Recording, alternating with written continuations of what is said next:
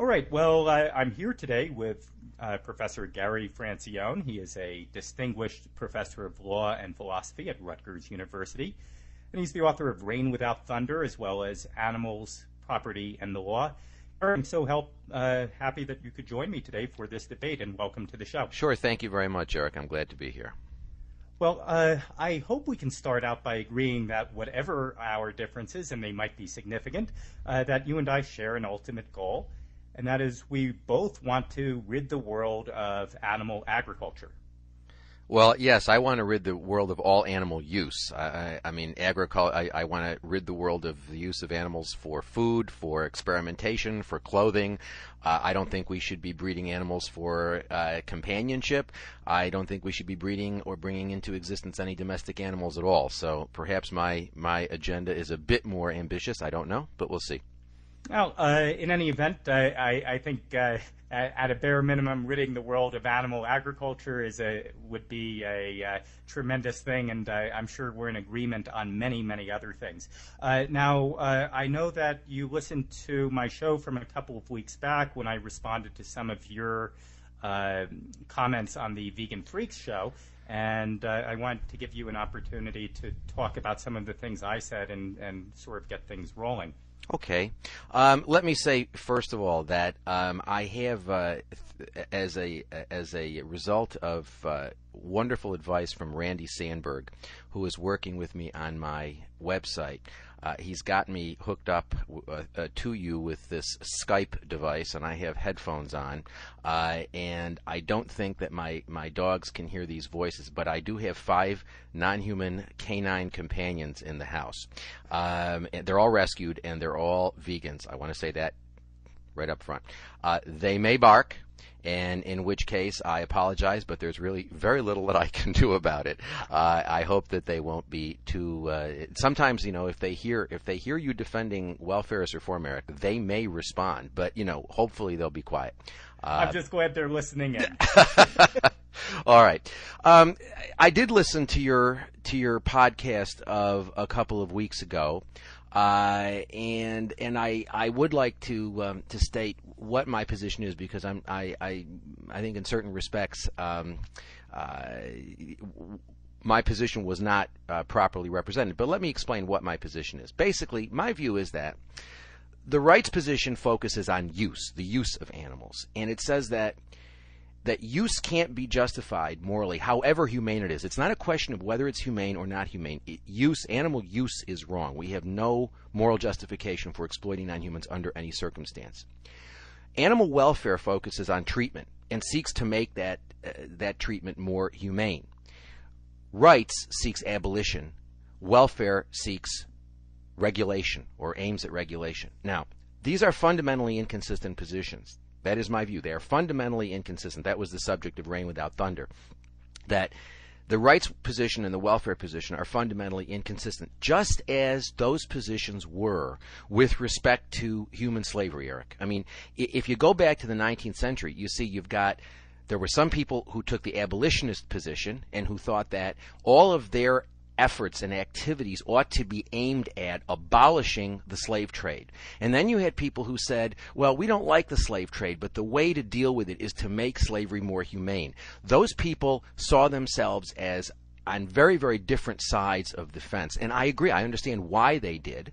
And they certainly saw their positions as inconsistent. I disagree very, very strongly with the welfarist agenda. I mean, to me, the welfarist agenda is like saying, well, let's put TVs in the concentration camps, or let's put a string band on the way to the gas chamber.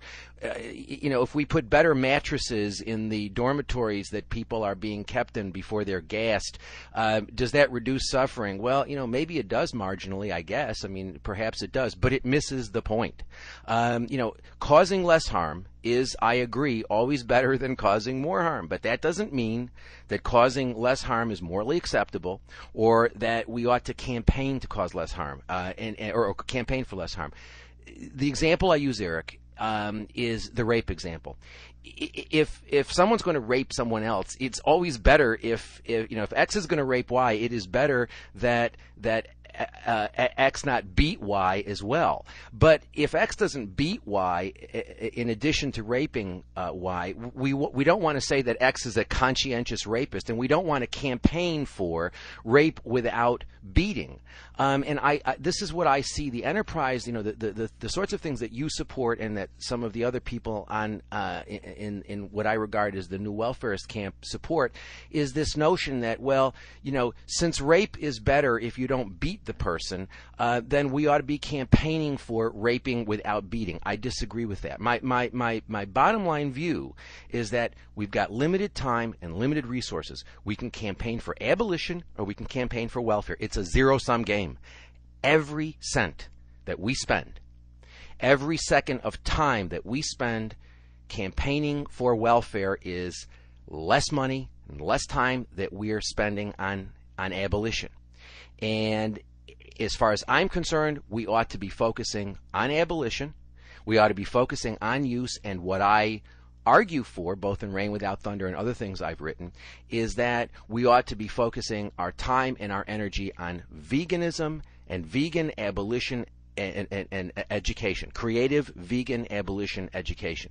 That's where our time and our resources ought to be devoted to. Let me make a couple of points specifically, and then I hope these will set the stage for what we can discuss. The problem is animals are property. You touched on that in your podcast, Erik. Animals are property. What that means is animals don't have any inherent value whatsoever. They only have extrinsic or conditional value. Animal welfare doesn't move away from the property paradigm. What it does is it makes animal exploitation more efficient. Now, this is an extremely important point, and I think that your description of it in the podcast was troubling to me. If you look at the history of the animal welfare movement going back to the 19th century, remember, we've had animal welfare for a few hundred years now. It's not something that just came on the scene last week. We've had it for a couple of hundred years now. And if you look at the history of the animal welfare movement, Erik, what you see is we make minor improvements in animal exploitation that basically make animal exploitation more efficient for producers. Very, very minor changes that make exploitation more efficient for producers. The example that I give is the Humane Slaughter Act. If you look at the Humane Slaughter Act, you can see that what it does is it requires that animals be stunned before they're shackled and hoisted. Why? Because if you don't do that, you have worker injuries and carcass damage. Animals have all sorts of interests at the slaughterhouse. They have all sorts of interests other places too, but they have all sorts of interests at the slaughterhouse. But the interests that we protect are the interests we have to protect in order to protect workers and to prevent carcass damage. Okay? That's the sort of example I'm talking about when I say look at animal welfare, and what you see is efficient exploitation. I do not think that the campaigns that you are very excited about, I don't think they, as an empirical matter, I don't think they do very much at all. For example, the gestation crate campaign, the cage-free egg campaign, to me, that's putting a string band on the way to the gas chamber. I don't see it empirically. You describe these things, I think, as night and day changes between the way animals are exploited. The cage-free system is a night and day change from the battery system. I disagree with you completely as an empirical matter, but we can talk about that. I think that these reforms, Erik, make people feel, and I think that the really insidious consequence of all this is that it makes people feel more comfortable about animal exploitation. And again, we shouldn't be surprised about this. If people believe that the primary problem is treatment, then if you make treatment, or if treatment appears to be better, if it appears to be more humane, then what's going to happen is people are going to feel more comfortable about consuming animals. And Erik, the amount of information that is coming out, particularly recently, it's quite interesting that in the past several weeks, the BBC has had a number of articles. I found an article in the Washington Post. I'm getting a lot of information which indicates that people are feeling very comfortable about consuming animals because they believe that animals are being treated better. And this is a very very, very troubling consequence of this. And you know, one of the people that you, I think, have a lot of respect for, and you can correct me if I'm wrong, is Peter Singer. And that is, Erik, Peter's position. I mean, Peter doesn't object to animal use per se. He doesn't think that there's anything wrong with killing animals, with the exception of the great apes, because he believes that great apes are cognitively different. They're closer to us, so he thinks that it's more troubling to treat them as replaceable resources. But if you read what Peter says in Animal Liberation, he makes it very clear he doesn't think that it's animal use per se that is problematic. What Peter says in Animal Liberation is it's the treatment of animals that's problematic. And that's why he's behind all of these, you know, he's very supportive of all of these things that you're supportive of, because he believes it results in more humane treatment, and he has actually said that eating animals that are humanely treated and humanely raised and humanely slaughtered is an ethically defensible position.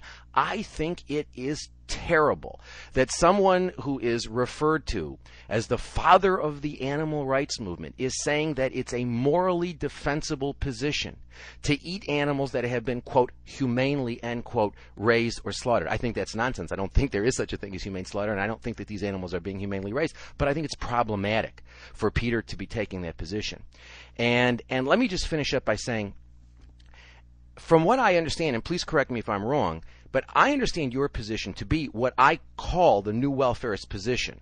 That is, as I understand your position, you're saying, look, Gary, I agree with abolition as well, but I think welfare reform will lead us in the right direction. That's exactly the position that I took in Rain Without Thunder, and the position that I characterized as the new welfarist position. That is the position that welfare will lead us to abolition.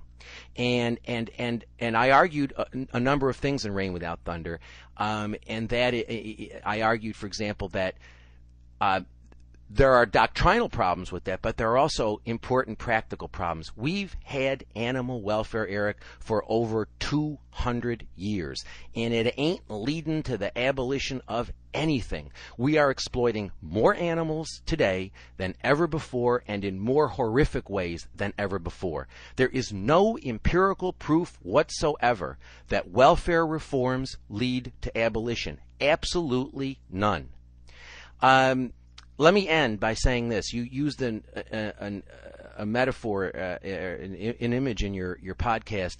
You kept on saying, well, what's wrong with our going after the low-hanging fruit and going after things like the gestation crate, for example? That's low-hanging fruit. What's wrong with that? The problem I have with that is calling it low-hanging fruit suggests that there's no opportunity cost involved in getting rid of it. And I suggest that's wrong. HSUS and other groups spent millions of dollars on the gestation crate campaign. Millions of dollars. It wasn't low-hanging fruit. It wasn't something that there was no opportunity cost associated with getting rid of. They spent millions of dollars to get rid of it. Okay? Now, my position is simple. You take those millions of dollars and you put them into creative vegan abolitionist education, and you're going to get a much better return. I think the gestation crate campaign, I think the word you used in your website was spectacular. I think it's a spectacular failure. Anyway, let's mix it up. Okay, well, you've certainly given me a tremendous amount of stuff to respond to. I guess I want to start with what you said at the very beginning when you said that you regard efforts to ban specific cruelties and efforts to create a totally vegan and exploitation-free society as fundamentally inconsistent. I do. I could not disagree more, and I hope that I won't address that right now, but I hope that over the course of this debate, I can point out how I think specific efforts to ban certain cruelties can be very much to the advantage of everyone who wants to get rid of all animal exploitation. So Erik, let me say, I don't there are things that could be done. There are incremental interim steps that could be taken that might lead, that might be more suited to leading to the abolitionist end. I don't think they are things like the gestation crate or the cage-free egg campaign or any of that sort of stuff. I don't think those things, all those things are going to do is make people feel better about consuming animals, and indeed that's what the empirical evidence shows. Okay, well, we'll discuss them case by case in just a few minutes. Sure, sure. But moving on to a couple of the other things you said, you mentioned Peter Singer. Yes. And the fact that he has called the use of the eating of non-factory farmed animal products as ethically defensible. I think it's a direct quote, actually. Yeah, I'm certain it is. And you know what? I think we're hearing the same quote and having two radically different interpretations of things. Because something can be ethically defensible and still be totally wrong after giving it a careful bit of analysis. No. He says that he can respect people who eat animals who are humanely raised and killed. He says that. That's not a question of a prima facie position which is then rejected. He's saying he thinks that's ethically defensible. I mean, I don't. There's no other way you can interpret that without giving those words a meaning which no English speaker would give them. I'm sorry, but he says ethically defend. I mean, if you'd like, I can go and get the books out and I can read paragraphs to you. But it's very, very clear that Peter says it's ethically defensible. He says that he can respect people who are conscientious about eating animals that have been humanely raised and slaughtered. There's no other way you can. And he calls fanatical people who are scrupulous vegans. So it's not clear to me how you can interpret that except as to what he says, and what he says is quite clear. Well, that's very curious to me because, well, first of all, I don't think that as a native speaker of English, I don't think that ethically defensible is at all synonymous with right. Okay, well, Erik, then I guess you and I are going to have to disagree on what ethically defensible means, and because if somebody says to me that an action is ethically defensible, then what that means is it is an action which can be morally justified. And that's what it's synonymous with. And to say that something can be morally justified, but it's not right, I'm sorry. But I mean, go ahead. I'm sorry. If you want to take that position, that's fine. But I mean, Peter makes it very clear he does not think that animals have an interest in continuing to live, for example. And in that sense, he's no different from Jeremy Bentham, who took the position. I mean, because as you know, Singer's views are very similar to those of Bentham's, and Bentham made it very clear that animals did not have an interest in continuing to exist. They didn't care that we used them. They only care about how we use them, and that is exactly how I would describe Peter's position. He does not think that animals care that we use them, with the possible exception of the great apes. And he does. I think in ethics, in practical ethics, I think he mentions dolphins. Although I don't know I don't remember 100%. I know he talks about great apes in the Great Ape Project as having an interest in continued life. But he doesn't think that animals who are not great apes and don't have cognition sufficiently similar to humans, he doesn't think that they have an interest in continuing to live. He believes they're replaceable resources. I mean, he actually says that. So I mean, with all respect, Erik, I know Singer's philosophy quite well. I've written about it quite extensively, indeed, in not only Rain Without Thunder, but in Introduction to Animal Rights. And I will forgive you now for not mentioning that book when you mentioned my other books. I'll forgive you. But I've read it. I've written about it extensively, and it's very clear that he takes the position that it's perfectly all right to use animals if you accord them the treatment that he believes is required. Well, if he really felt that way, it would be it's certainly an odd fact to point out that Peter Singer is in fact vegan. So actually, what Peter says is that he is an impure vegan, which is I think a sort of a troubling concept. I'm not exactly sure. I mean, I take it what he means by that is he doesn't really worry about whether there's butter in things or whether there's cream in things, or he doesn't get particularly concerned about the ingredients of things.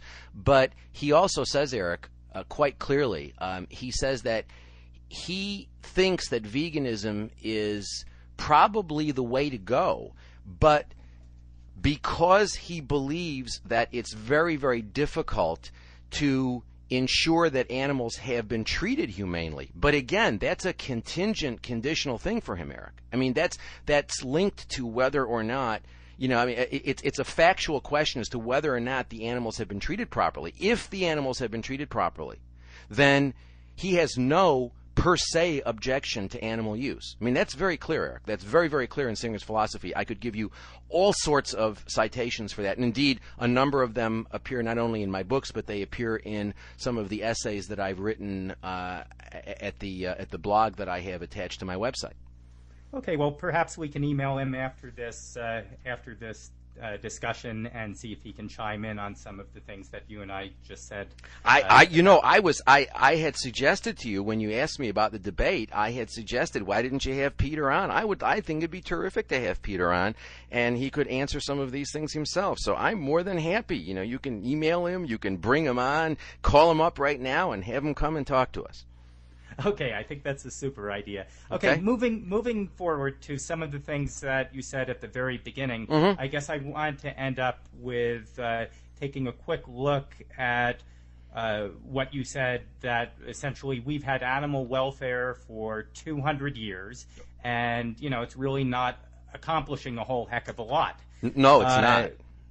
Well, I think here it's very important that we distinguish animal welfare efforts of 100 years ago and 50 years ago and even 20 years ago from the animal welfare efforts that are taking place today.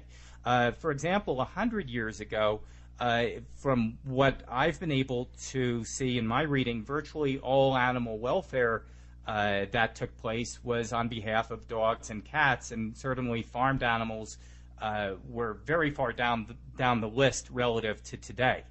But more importantly than that. But Erik, remember something. 100 years ago, we didn't have factory farming. So I mean, the very worst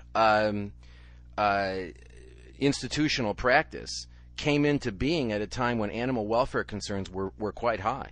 I mean, and I would disagree. I mean, we certainly did have, at the time that animal welfare, that factory farming was coming into being in the 1940s and 50s, there was a quite a strong movement that resulted in the Humane Slaughter Act of 1956. So I mean, that was. Go ahead. I'm sorry, but I mean, I disagree with you. I think factually you're just wrong.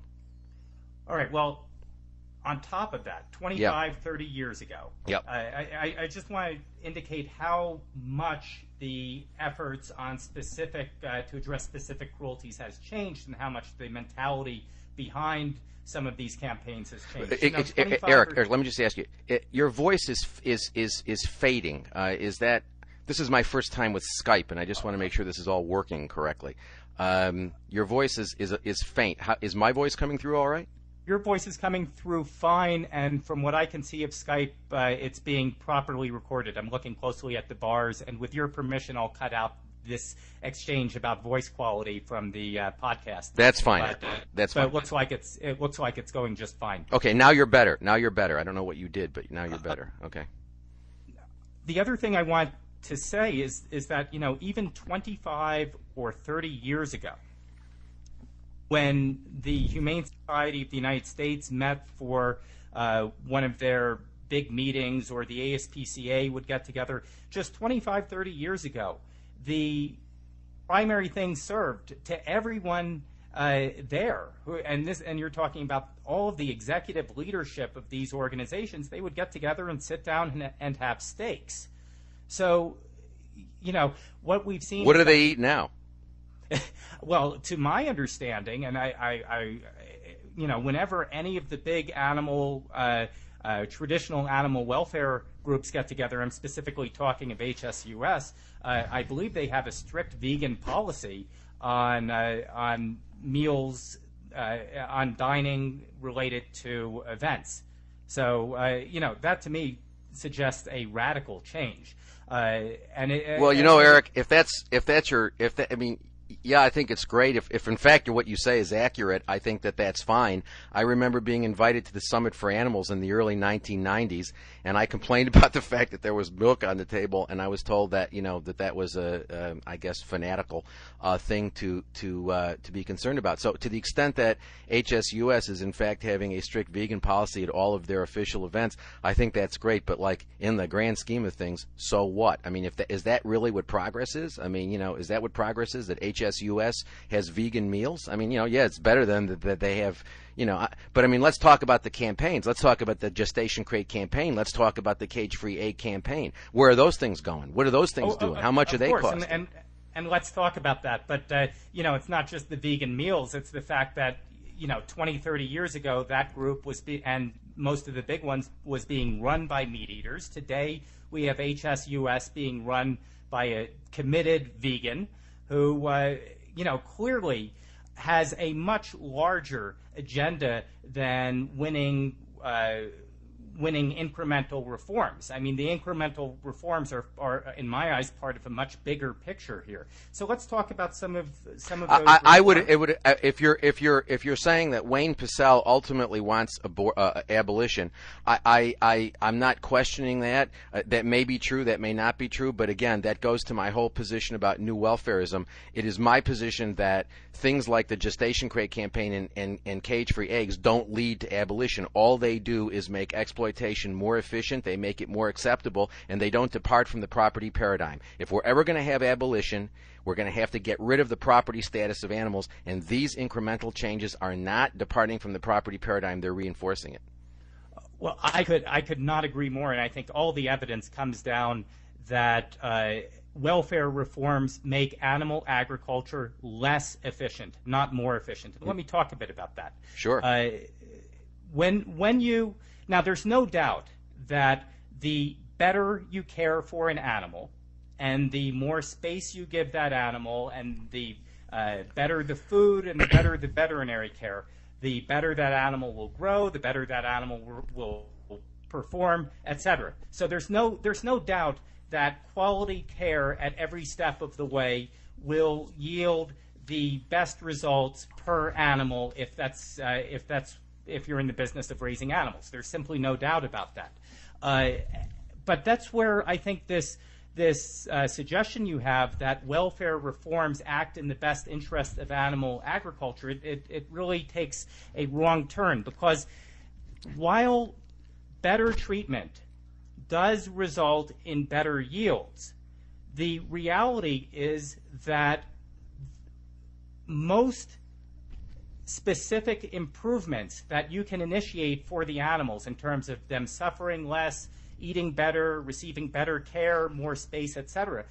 Most of those improvements, while they do indeed produce better yields, the enhancements in yield that you get are trivial compared to the cost. And that's Eric. I understand. Okay, go ahead. I have two more sentences, and that is exactly why animal agriculture fights tooth and nail against even the most reasonable and cheap reforms. We've seen it in the gestation crate cases in Florida and Arizona. You were talking about how HSUS put millions of dollars into those campaigns. I don't know what they spent, but I do know that animal agriculture interests, all the factory farm interests in Arizona, combined to put in more than $2 million in their failed attempt to defeat the Arizona Gestation Crate Initiative. And I think that speaks volumes. Okay. All right. Let's talk about that, Eric. That's fine. I'm happy to talk about that. Let's look at the Gestation Crate campaign, and let me read to you from the Humane Society of the United States report, The Economics of Adopting Alternative Production Systems to Gestation Crates. This is a quote, "In Europe, more than 4 million sows are raised in group housing. In its review, the SVC," that's the committee in Europe, "concluded since overall welfare appears to be better when sows are not confined, sows should preferably be kept in groups. The report notes that when sows are housed in groups rather than in crates, sows have more exercise, more control over their environment, more opportunity for social interaction, etc. As a consequence, group housed sows show less abnormality of bone and muscle development, much less abnormal behavior, less likelihood of extreme physiological response, less of the urinary tract infections associated with inactivity, and better cardiovascular fitness. Sow," and this now key point, sow productivity is higher in group housing than in individual crates as a result of reduced rates of injury and disease, earlier first estrus, faster return to estrus after delivery, lower incidence of stillbirths, shorter farrowing times.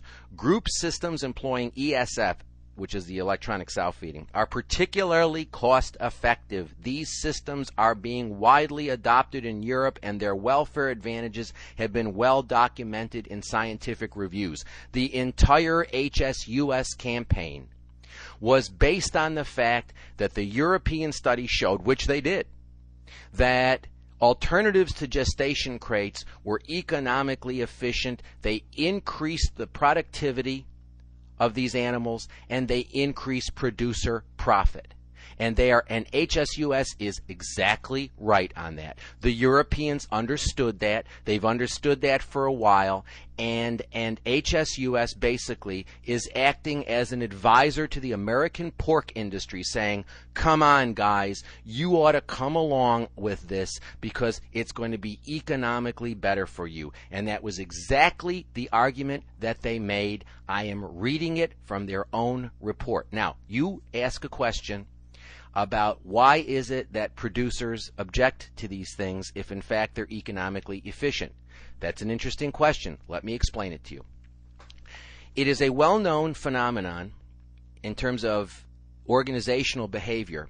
Organizations, institutions always reject regulation because there's always, if they don't spend some resources to fight regulation, then there's always the possibility that there will be further regulations that they don't want. So institutions, regulated institutions, almost invariably will spend money to fight things even if they don't really care about them. Let me give you an example. When I started teaching at the University of Pennsylvania many years ago in the 1980s, and I remember when the 1985 amendments to the Animal Welfare Act were being proposed, which I thought were a disaster, and other people in the movement thought, well, this is a great step in the way of incremental reform, and this will get us to the abolition of vivisection. Well, we now see 15 or 20 years later, I guess it's 20 years, isn't it? 21 years later, it hasn't gotten us any closer to the abolition of vivisection. Indeed, I think the 1985 amendments to the Animal Welfare Act were a complete disaster for animals. However, the Animal Welfare Act amendments of 1985 required that there be an animal care committee that was going to be reviewing animal experimentation. And the biomedical community was fighting this. And I remember talking with people both at NIH and at the University of Pennsylvania and saying to them, look, why are you guys fighting this? Because in the end, you're going to be able to point to these institutional animal care and use committees and say, we regulate vivisection the same way we regulate human experimentation, which is actually false. But that's exactly what they argue. That's exactly what they argue. They say, oh, well, we're very, very regulated. We have animal care committees just like we have human experimentation committees. So I said to them, why are you fighting? I had a conversation with William Raub, who was then the head of the Office of Protection from Research Risks at NIH. And I remember Raub saying to me, Gary, we fight anything you people suggest, because if we don't fight anything that you people suggest, even if we don't really care about what you're proposing at any particular time, you're going to come back and you're going to propose things down the line that we might not like. So we've got to make sure that we impose an opportunity cost on you every time you seek to make a change.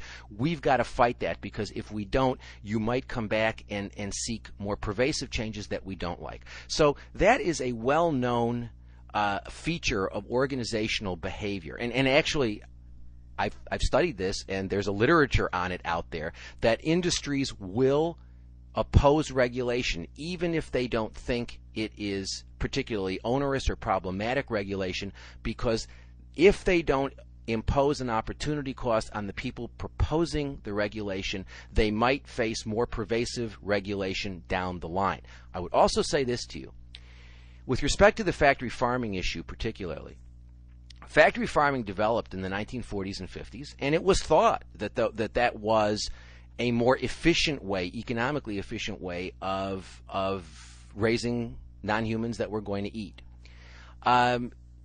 It is now becoming clear that a lot of the practices of factory farming are not economically efficient.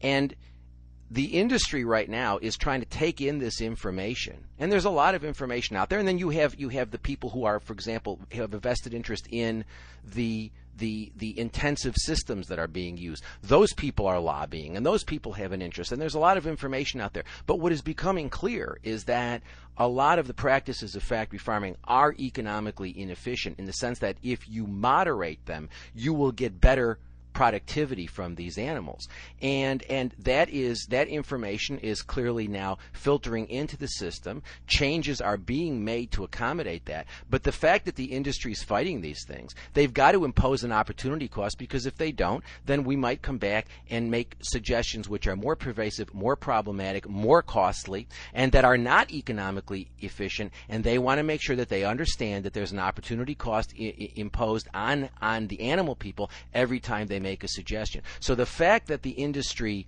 argues against it, that is well known. It's true in this area. It's true in other areas, other regulated areas. It's a phenomenon that you can read about. It exists. It's a known phenomenon. So the fact that I don't care that the fact that the pork industry fights about things, I don't really care. What I do care about is HSUS bases its entire campaign on the efficiency of alternatives to the gestation crate. I would also say this to you, Eric. That Florida legislation was a disaster, and the Arizona legislation was a disaster. First of all, to call that a ban on gestation crates is to use the word ban in a way that I think is inappropriate. It's not a ban at all. What the campaign, first of all, the supposed ban doesn't even apply if the animal is not kept in a confinement system for more than a majority of a day. So basically, anything less than the majority of a day is not even covered by the statute, number one. Number two, there are umpteen different loopholes in both the Florida legislation. They can keep the animal in the Florida legislation. They can, in the constitutional amendment, they can keep the animal in a gestation crate, for less than the majority of a day, every day. They can keep the animal in a gestation crate for the majority of a day during the pre-birthing period, and for veterinary procedures which are considered to be, quote, necessary, a very, very flexible word, I might add. And the Arizona legislation is in certain ways even worse, because it only applies, from what I can see, to the gestation period. But it also has all these loopholes, and it defines the covered confinement systems to be those in which an animal is kept for more than a majority of a day. So I don't think these things are bans. I think that they are regulations that have a zillion loopholes. I think that they are economically efficient for the industry. HSUS recognizes that they're economically efficient for the industry. All the European studies indicate that they're economically efficient for the industry. And I do not think that the gestation crate campaign moves animals 1/zillionth of an inch away from the property paradigm. To say that the gestation crate campaign is a step towards abolition is, in my judgment, absurd. That is absolutely absurd. I simply don't think that there's any basis for that claim. None.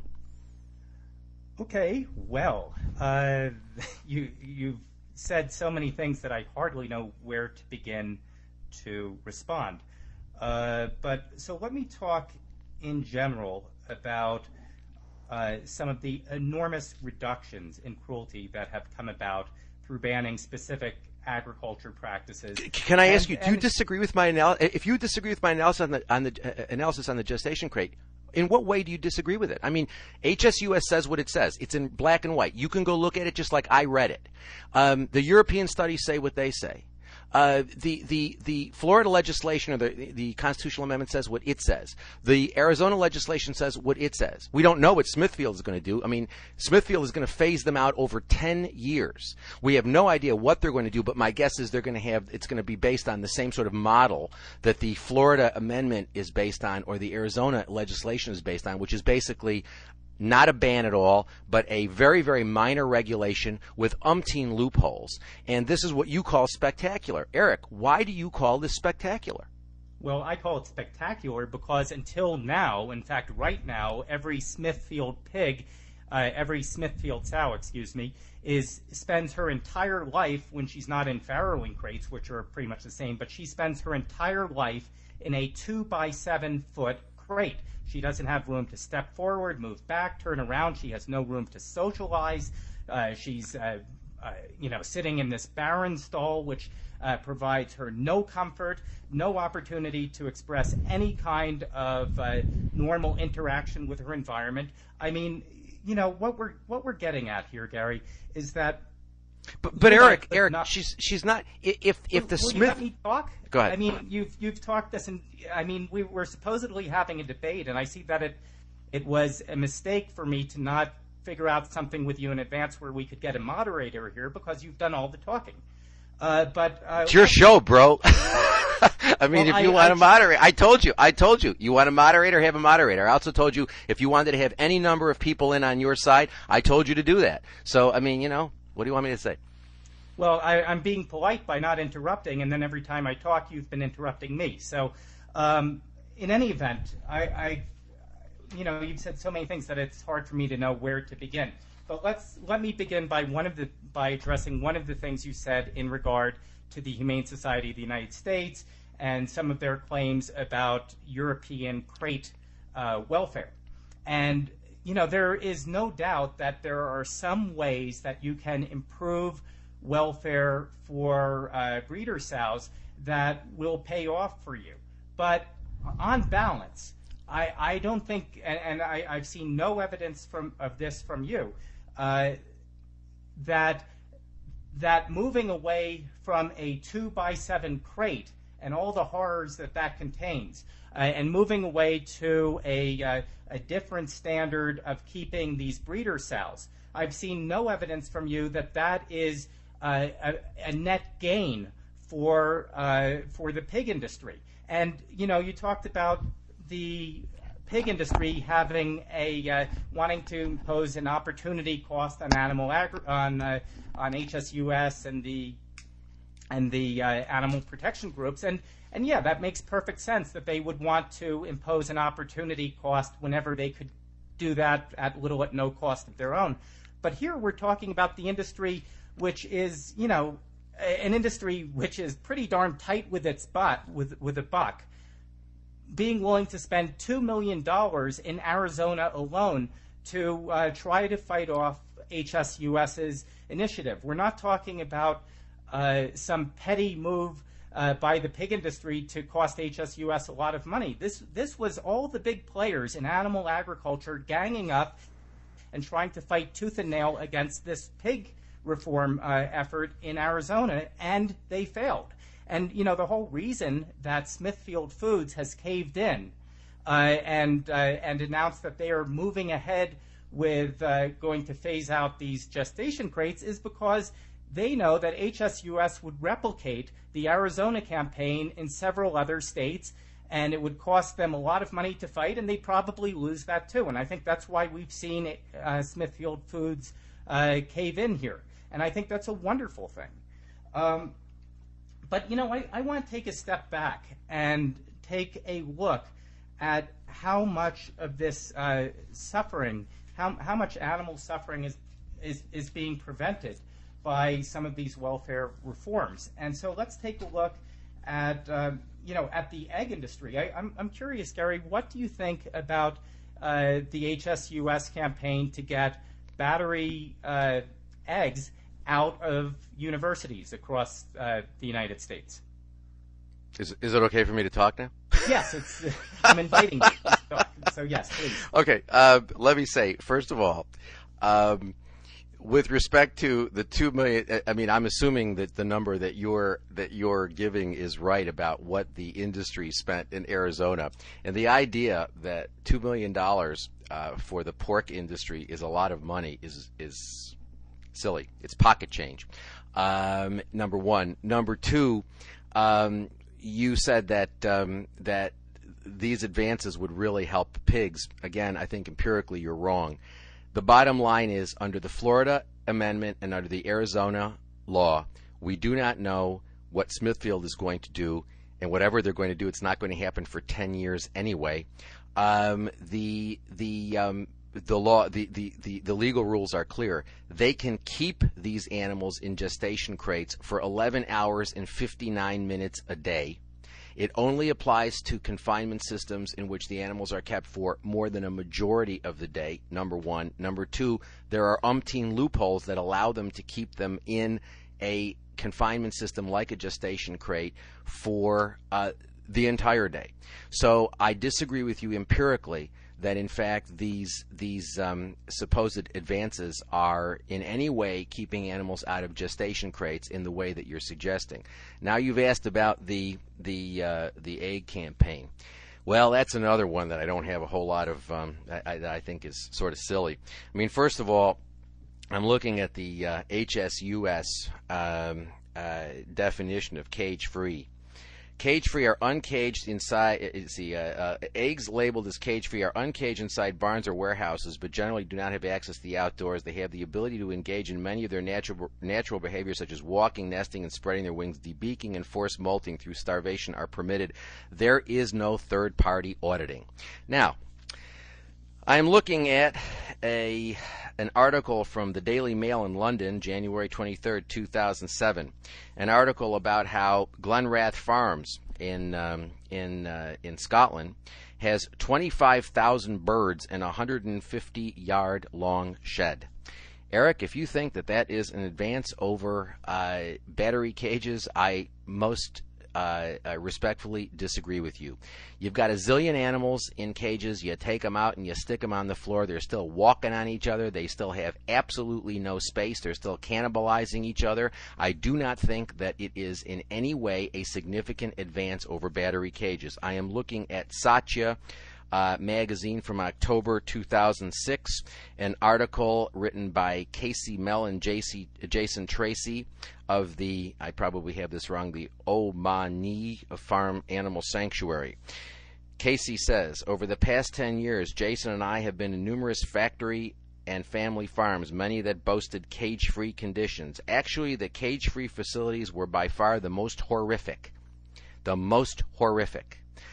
I am looking at an email that I received from someone who visited one of these cage-free facilities. Let me read this to you. I walked into piles of dead birds in ghastly endless shed filled with screaming hens, a contractor with a gas mask on and a smell to knock you off your feet to come face to face with the best job free-range factory farming could possibly do. It wasn't pretty. She goes on and on for pages about how factory farm and cage-free are abominable. Let me say this to you, Eric. I would really like you to talk to your friends at HSUS and get me permission to go to one of these cage-free facilities because, you know, I've been trying to get information on cage-free facilities, and it's very, very difficult to get to get permission to go to visit these places, to take photographs in these places. I really would like, if it's so wonderful, if it is what you say is the night and day difference, then by all means, I would love, if you can get me in, I'd love to go, because from what I can tell, cage-free is nonsense. It is absolute nonsense. You got a zillion birds in cages. You take the zillion birds out and you stick them on the floor. It's still pretty horrible, Eric. And what you're ending up doing is making people feel better about consuming eggs, and I think, Eric, you ought to reconsider that. I think that's not a good thing to do. I think that's a very bad thing to do. And you know, you are going to colleges where, you know, I mean, Maybe it's because I've been a university professor for 20 some odd years.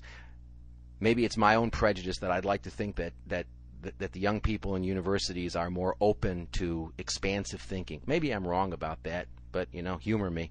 Why are you going into colleges and universities and telling these kids you're doing a morally better thing by eating cage-free eggs? Why don't you go to those universities and take some of the $100 million? This morning I got online and I checked the Economic Research Institute. It says that HSUS is sitting on top of cash reserves of $100 million.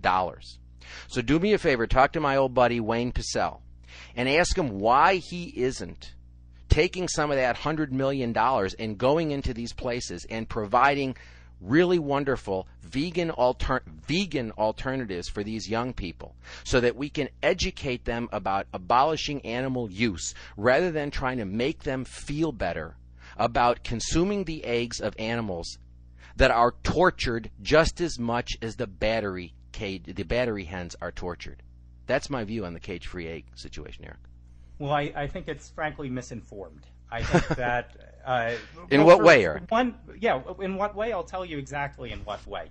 If for no other reason, even if the crowding that you're talking about in a cage-free barn is just as bad as the battery cages, which it frankly couldn't be because then the birds couldn't even walk.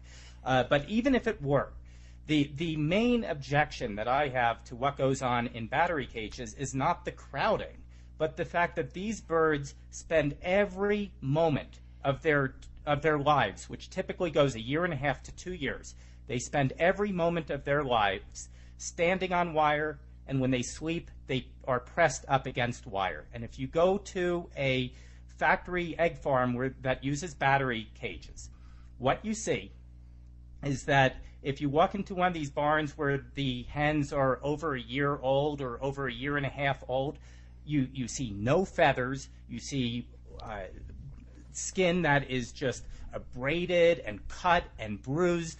These birds kept in battery cages, and I've been to these places, are kept in the most deplorable conditions imaginable. Now, you sometimes talk about happy meat, and that's a concept that that whole phrase is so totally misleading because, it's not that people with my point of view or Wayne's point of view or Paul Shapiro's point of view or Matt Ball's point of view, it's not that we are arguing that, hey, the conditions at a cage-free egg farm are magnificent.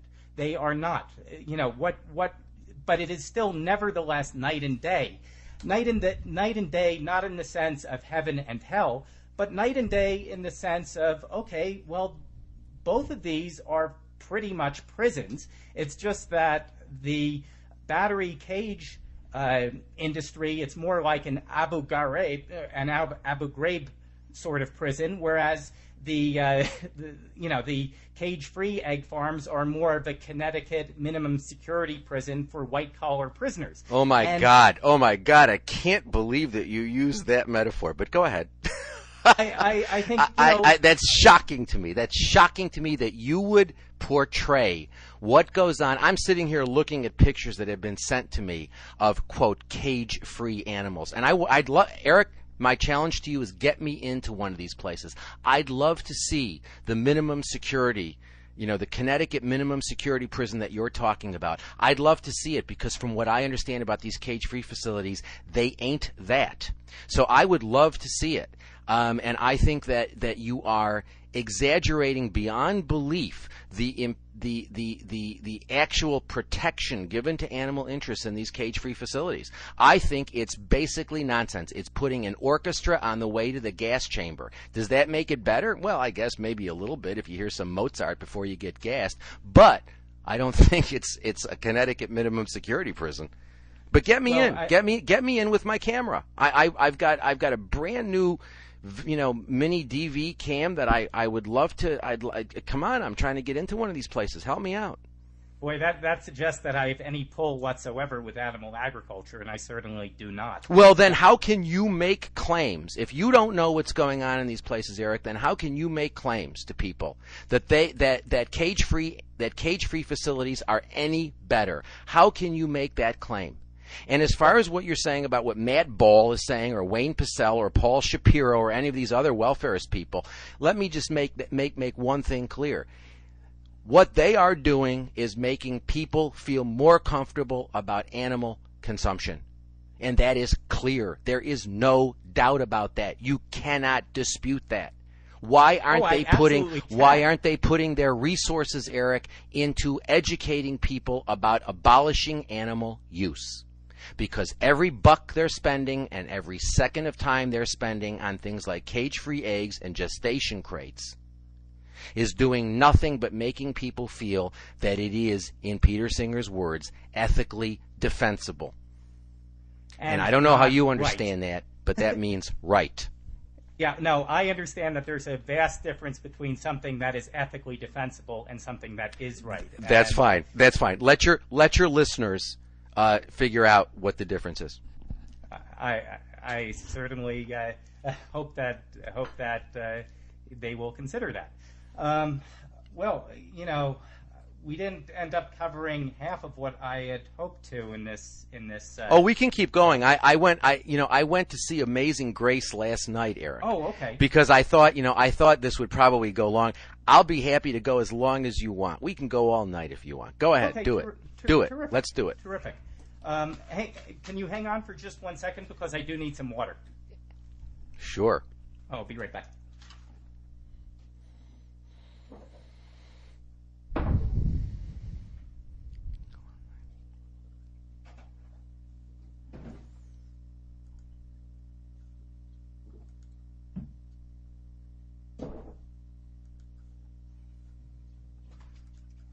Okay, so returning to these battery cages, I just don't see how you can say what you've said about battery cages being really no different in terms of welfare from cage-free, if only for the reason that these birds are not spending their entire lives standing and sleeping on wires. Surely that makes a difference to you.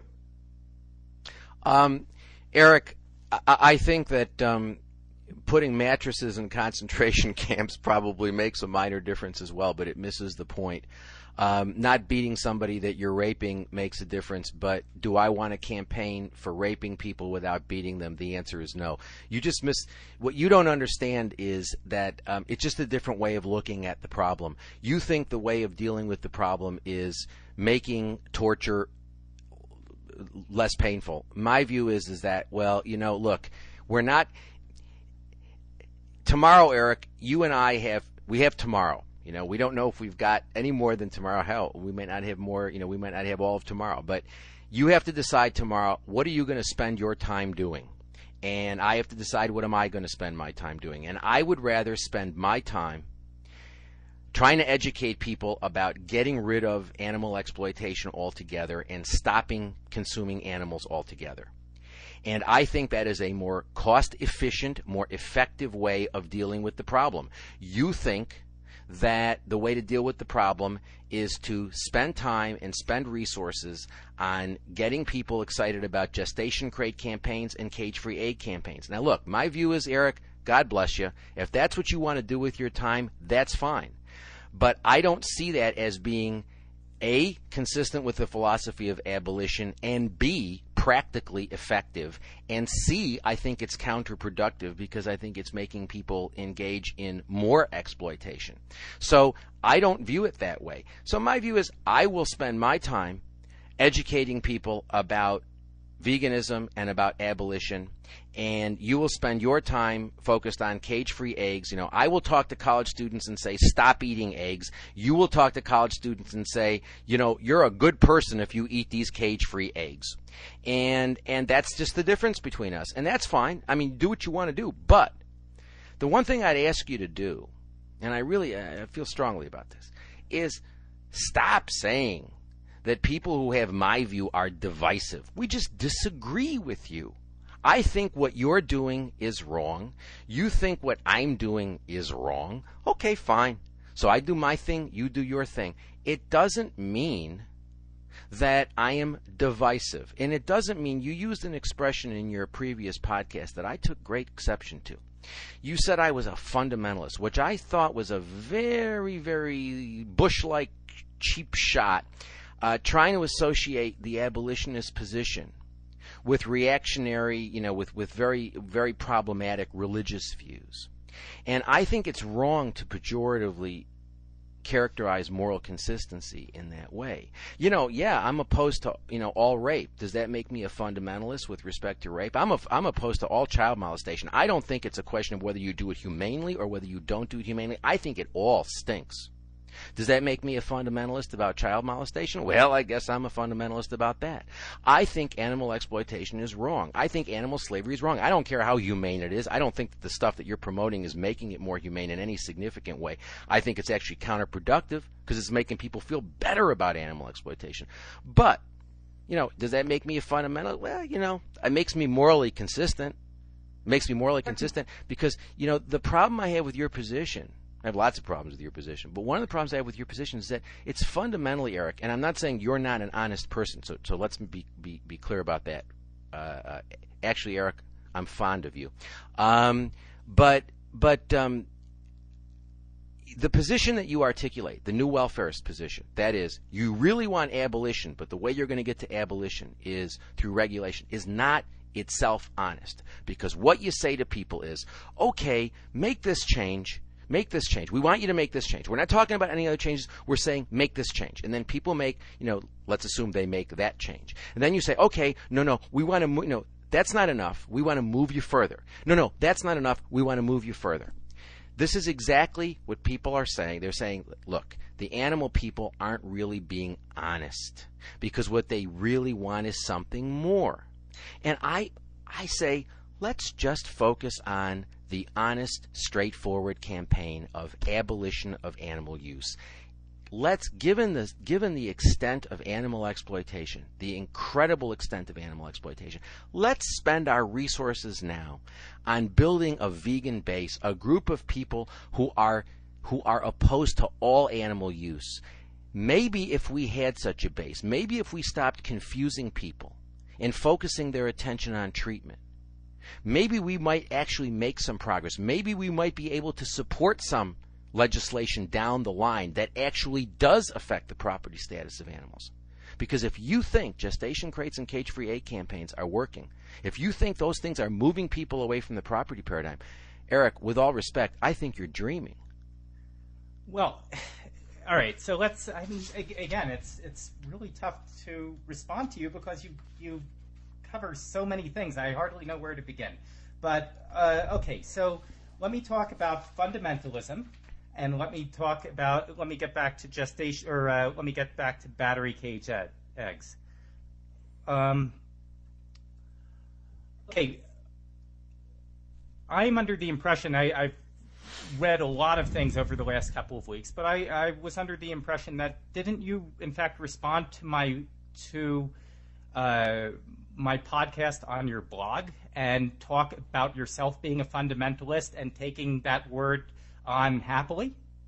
No, what I said was, to the extent that what you were doing, you used that word pejoratively. You were characterizing me as a fundamentalist in a pejorative sense. And I was saying, to the extent that Erik Marcus is saying that I am morally consistent and that I am opposed to all animal exploitation and that I am not going to be in a position of saying, oh yes, let's gas those chickens rather than slit their throat. That's the revolution. Yeah, I mean, to the extent that you aren't going to get me saying that, I guess I'm a fundamentalist. I'm consistent about these things.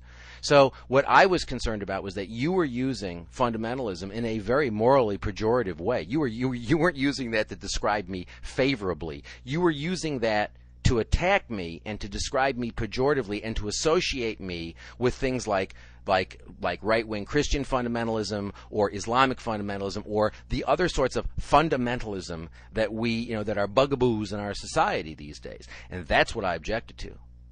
Well, what I was speaking about there has to do with the trouble with using a word like fundamentalism is it has many definitions and can be spoken about in many ways. But the point I was trying to get across, and I feel this strongly about your work and how you frame some of your points, is that when you speak about, I think that you tend to be needlessly dividing the world up between people who do things your way and people who, to one extent or another, embrace some of the welfare causes. Now, it turns out that in my case, I mean, you and I are on the same page in so many respects. Really? We both absolutely believe that animals are not property. We both absolutely believe that we would like a world where animal exploitation does not exist. We could not be in greater agreement, and more to the point, I spend a great deal of my time, in fact, the overwhelming majority of my time, I think, doing things that will convince people to go vegan and things that I think could in under your framework be labeled purely abolitionist. But on the other hand, I believe that you were talking about opportunity costs earlier, and I believe that there are times and very specific cases where the opportunity cost for saving a whole ton of animals or sparing them just enormous amounts of misery is less than the opportunity cost for impacting fewer animals through an abolition approach. So let me give you an example of that. Let me talk about what I think is a fantastic way for people to spend time in activism, and I think this is something that a sort of activism you would be nearly 100% behind, and that is passing out vegan-oriented literature to university students. And this is something that Vegan Outreach is doing and a number of other groups are doing, and it really pays off in the sense that you can stand out at a university and spend a couple of hours passing out these pamphlets, and in 2 or 3 hours' time you'll pass out 400, 600 of these pamphlets.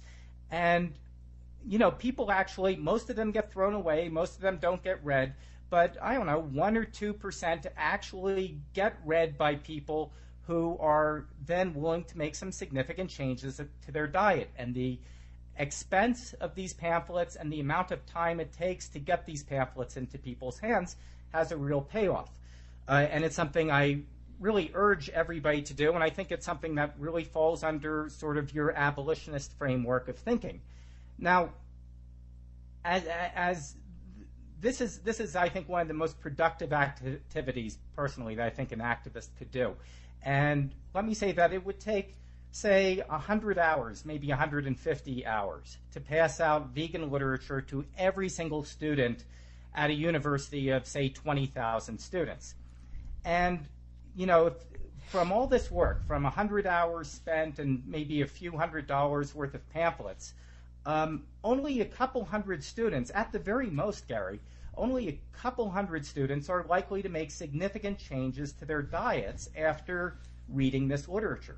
Now, I think that this 100 hours is incredibly well spent, don't get me wrong, but if we're willing to spend 100 hours leafleting at Rutgers or at UC Berkeley or what have you, why not also make a commitment to call your university's dining hall coordinator and spend 5 minutes on the telephone and ask the person to stop using battery cage eggs? Because from this 5-minute phone call, you've just spent 100 hours passing out pamphlets at the university, and you know that 98% of the people who get these pamphlets, even in spite of how hard you've worked, 98% of the people are going to keep on eating meat and eggs. It's just, that's how it's going to be. So if you're willing to spend 100 hours at a university and you know that 98% of your outreach is not impacting the students there, that 98% of them are not going to make significant changes, why not then add on to your 100 hours that you just spent, why not add 10, 15, 20 minutes to get the dining hall coordinator on the phone and say, hey, I'm a student of this university, I'm a graduate of this university, whatever. Let me send you some information about battery cage eggs. Let's start a dialogue about switching your cafeteria away from battery cage eggs, because I know that you and I are in opposition about this, but Gary, if you look closely at the suffering of battery cage eggs and compare that to a typical cage-free egg farm, now you and I would both agree these places are prisons, metaphorically. These places are terrible places where there really is no justice. But the quality of conditions that the typical cage-free hen faces is just radically different from what a battery cage bird would face. And when you have a huge school, like Rutgers or UC Berkeley or what have you, when you have a huge school, these schools often use hundreds of thousands of eggs every year. Hundreds of thousands. Some of these schools where these campaigns have been won use over 1 million eggs a year. And, Gary, here's the thing. Every single one of these eggs, every last one, comes from a bird who cannot walk because these cages are too crowded. In fact, if they're ever rescued, they have to take a day or two learning how to walk. I've seen this. It's just heartbreaking. These animals have spent 1.5 years in a cage, and they don't have any idea how to walk. They are just bruised and battered beyond belief from their cage mates and from rubbing against wire, etc. And every single one of these eggs, which you've already passed out 20,000 flyers at this hypothetical university and changed only 1 or 2% of the students. So 98% of these students are going to continue eating eggs. Why not make sure that a university that uses 100,000, 200,000, 300,000 eggs, every single one of these eggs comes from a bird who is in a battery cage for about 30 hours to lay just one egg. So if we have an opportunity to eliminate, to switch over to cage-free and get these birds off of the wires and ameliorate some of the crowding, if we have the opportunity to do that, and the opportunity cost isn't spending 100 hours passing out leaflets, it's 20 minutes on the phone with the dining hall coordinator, why not take that? You want me to answer now? Yeah, please. Okay. Erik, let me ask you a question. Have you ever been in one of these cage-free egg farms? I have not. I have seen pictures of them, and I have been to battery cage farms. I've been to battery cage farms, Yeah. and I've seen pictures of cage-free egg farms, and they are horrible. Absolutely, positively horrible.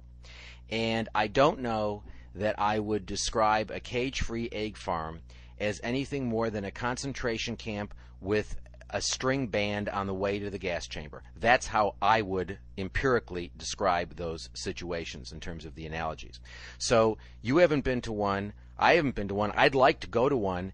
And since you seem to have such confidence that these places are, I believe you said before, similar to Connecticut minimum security prisons, I would love to see one of these Connecticut minimum security prison egg farms, because I don't view it that way, number one. Number two, you talked about handing out literature at universities and vegan outreach and stuff like that.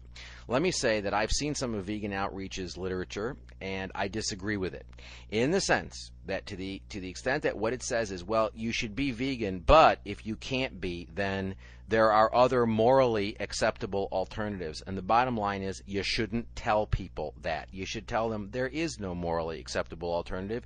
If you take animal interests seriously, you stop exploiting them. If you think slavery is bad, you abolish it. You don't regulate it and say, well, instead of whipping the slaves 10 times a week, we're going to whip the slaves 9 times a week. I mean, I guess that there is a reduction of of 10% of the whippings, but it really sort of misses the point about what the movement's about, at least in my view. So in terms of handing out that literature, I would be concerned. The third point I would make is you're saying, well, 98% of the students. Where are you getting that number from? I mean, where are you getting that? Have you done empirical studies? Let me tell you something, Erik. I've got 65 students in my human rights, animal rights class this year. 65 students. We'll see at the end of the semester how many of them opt for veganism. I can tell you that in the 24 years that I've been teaching, I have had a tremendous success in convincing people to take animal interests seriously by opting for veganism. When we talk about efficiency and cost effectiveness, you know what? I'm wondering, let's look at Bob and Jenna Torres for a second. Mutual friends of ours. Bob and Jenna have Vegan Freaks. I don't know how much they spend on that enterprise. I suspect they spend at least a few $100s a month. It is very clear to me that Bob and Jenna are having a tremendous effect on educating people about veganism. If you took the money that you are spending on these cage-free campaigns, these gestation crate campaigns, and you put it into efforts like Bob and Jenna's, you would multiply exponentially the number of people who are being converted to veganism. I started my new website at the end of November. I don't remember the exact date. I think it was the 28th or the 29th. We're about to hit 50,000 people who have visited the site, and I am doing this basically with a former student who's now graduated, and with Randy Sandberg, who's again a mutual friend of ours, and with just myself and 2 volunteers and no money. We're hitting 50,000 people. We're going to hit 50,000 people tomorrow. I am unable to keep up with the number of emails that I am getting from people from all around the world saying, I never understood it this way. I never saw that, I've been a vegetarian for 10 years. I never saw that there's no difference between not eating flesh and not eating dairy. That, it's like saying you should eat small cows but not large cows. That there's more suffering in a glass of milk than there is in a pound of steak. I never saw it that way before. So it is clear to me that vegan abolitionist education is cost effective. And you know what? You talked about why not call the head of the dining services and say, offer cage-free eggs. You know what my solution is? Why not call the head of the dining hall and take some of the $100 million that HSU is sitting on top of and saying, we'd like to subsidize, we'd like to introduce vegan options into your multi-zillion student university to educate people about the importance of veganism, the accessibility of veganism, and the tastiness of vegan food. That's what we want to focus on. The bottom line, Erik, is it's a zero-sum game. All the resources that you spend on welfare are resources that you don't spend on abolition. It's zero-sum. Oh, we are in absolute agreement. I think where we disagree is that I think there are occasions, such as this battery egg campaign, where your dollar and time goes a lot further, much, much further, in preventing suffering than an equivalent effort that is abolition-oriented. But Erik, let me respond to this idea you just had about approaching the dining hall coordinator and asking for vegan options. I think that's great too. I think you and I are absolutely on the same page about that. But, why not, while you're at it, since the overwhelming majority of students at colleges still eat eggs, why not spend the 5 minutes, the 10 minutes, the 20 minutes talking about some battery cage issues as well, and get battery cage eggs off the menu as well? I mean, I just think that there are, I hate to use a boxing metaphor when talking about animal protection, but I sort of, think that perhaps the vast majority of our work needs to have an abolition-based orientation to it. But there are some times where we get these opportunities that take next to no time, very little money, and can have an enormous effect. I mean, I just I guess the best example I can give you gets right back to this HSUS battery egg campaign, and that's if it only takes you. I don't know if Rutgers is still serving battery eggs. Do you happen to know? I suspect that they are. Okay, I don't know. I don't know, and I don't care. Yeah, well, let me ask you. I'm not going to lift a finger to make anybody feel better about eating a cage-free egg. Erik, you have just told me you have never been to a cage-free facility. People who have been to cage-free facilities say that they're every bit as bad. They are putting 25,000. What is the number in the they're putting 25,000 birds in a 150-yard shed. You've never even been to one of these places, but yet you are absolutely convinced that this is the Connecticut minimum security prison relative to Abu Ghraib. That is, to me, astounding. Absolutely astounding. I'm sorry, but I have no interest, none, zippo zero, in deluding any student into believing that eating a cage-free egg from some animal that's being tortured in way X rather than in way Y. I have no interest in trying to make that person feel better about eating eggs. Absolutely none. I don't think it matters a damn bit to the birds. I think they're tortured in one situation and they're tortured in the other situation. I don't think it makes a damn bit of difference. I really don't. Not to the bird. I'll tell you who it makes a difference to. It makes a difference to HSUS that is plugging this nonsense and making, what, $60 million a year in revenues and sitting on top of $100 million? Yeah, I think it makes a difference to them. They need these sorts of, quote, victories, end quote, in order to keep the cash flow coming in. I don't think it makes a bit of difference to the birds, Erik, and I'm not going to lift a finger to make some kid feel better, morally superior about eating a cage-free egg. You haven't even been to one of these facilities. And the moment you can get into one, let me know. We'll go together. Well, I've never been a burn victim either, but I can well believe that it is extraordinarily painful, as I can similarly believe, after having seen the inside of a battery cage, thousands of them, that standing on wire and sleeping on wire nonstop for 18 months or 2 years is one of the most agonizing things I could ever imagine. Could you imagine sleeping tonight pressed against wire? No, Erik, but I also can't imagine sleeping tonight with 24,999 other people in a building that's 150 yards long. I can't imagine that either.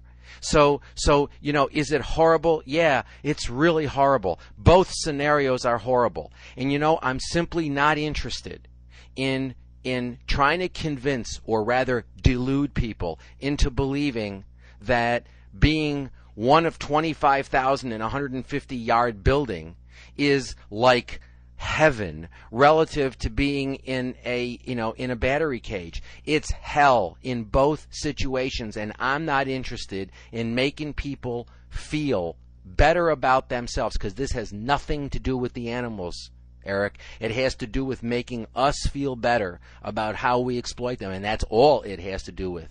Delude yourself, kid yourself not. It has to do with our welfare, not their welfare. It has to do with making us feel better, not them feel better. I'm sorry, Erik. I just disagree with you on this. Oh, clearly, but clearly, clearly, right, so, very clearly.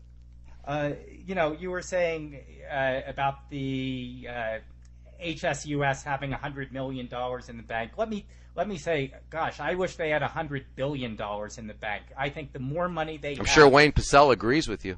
Well, I don't get a nickel from him, but I sure wish that they had 10 times more money than they have. Hey, let me ask you a question, though. Let me ask you a question. If they're so concerned, they're just so concerned about stopping suffering now, well, let me tell you, you can stop a whole lot of suffering with $100 million. How come they ain't spending that money? Well, that gets. I have no basis to comment on any of HSUS's. Well, why would you want them to have? Why would you want them to have 10 times that or 100 times that? What the hell difference does it make how much money they have if they're not spending it to stop animal exploitation now? If they're so concerned about stopping it now, if they think that my way of doing things is not practical, and I disagree with that, then tell me, why aren't they spending that money now to make a difference now? How many shelters do they own? How many sanctuaries do they own? Why aren't they spending that money? You can alleviate a lot of suffering right now with $100 million. Well, I guess I can, of course, only speculate about what their long-term strategies are, but haven't you ever saved up for something that you really, really wanted and couldn't afford, whether it's a car or a house or what have you? I happen to think that... what are they saving up for? Yeah, well, tell me, what are they saving up for?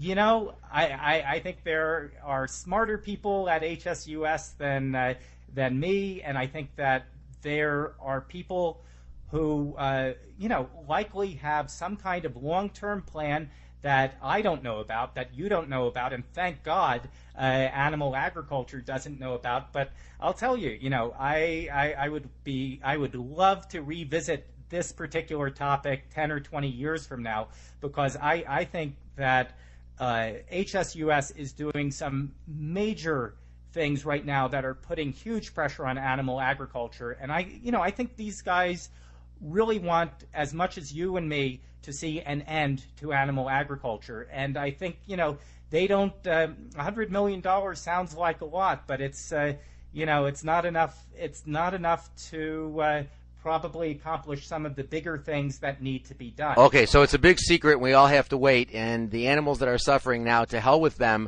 because HSUS has some long-term plan. Okay, great. Well, all right, that's fine. That's fine. It's unfair to make me speculate on what their long-term plans are.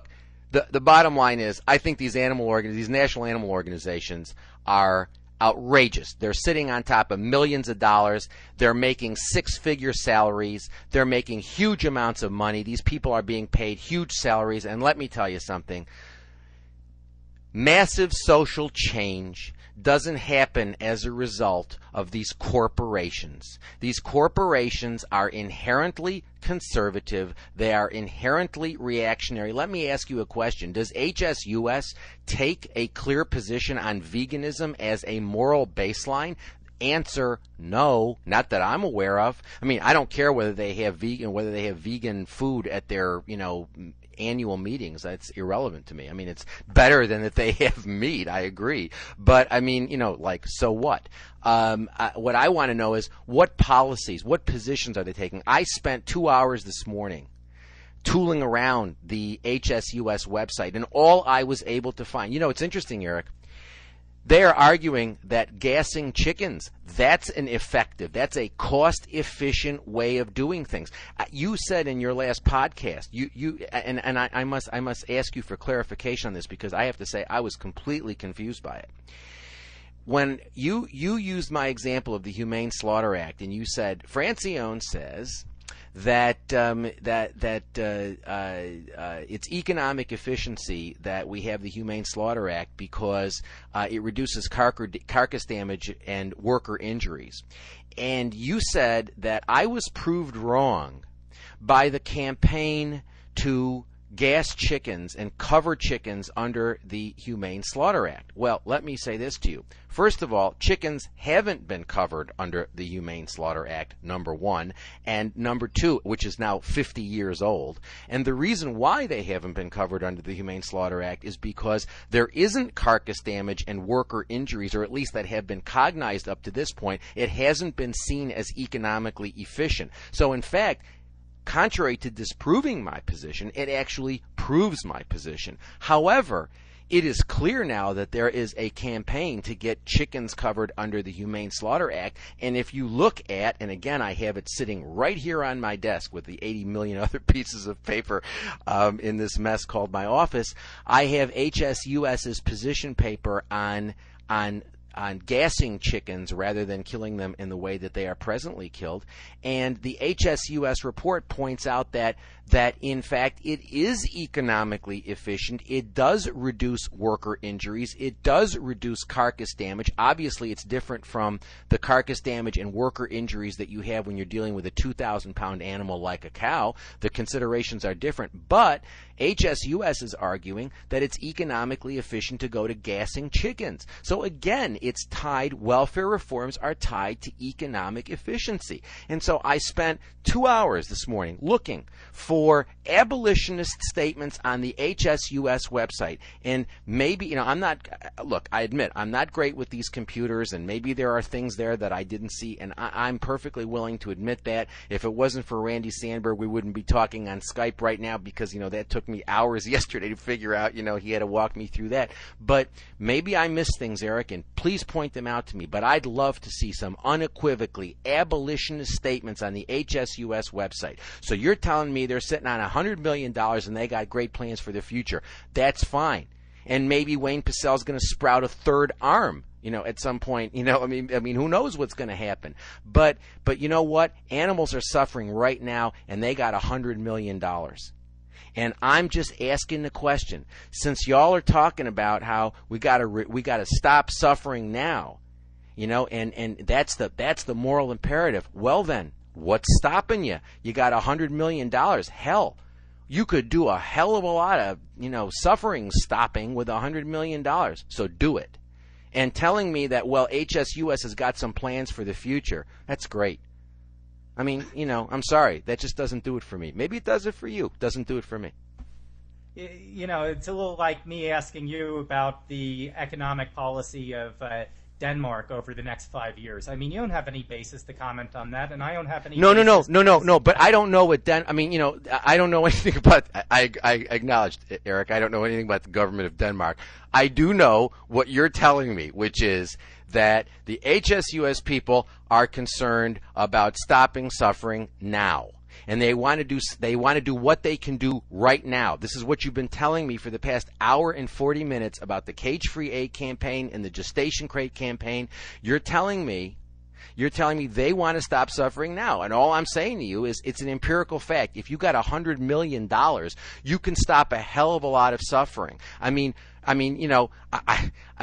just take an example. They're Peaceful Prairie out there in Colorado. They got 300 animals. They've had a hideous winter out there. You can do a lot of good, in a sanctuary like that by giving those people some money. There's all sorts of things that you can do to stop suffering. I'd like to know, what are they doing? What are they doing with that $100 million? In my judgment, an animal organization should never be sitting on top of that sort of money. There's too much that needs to be done.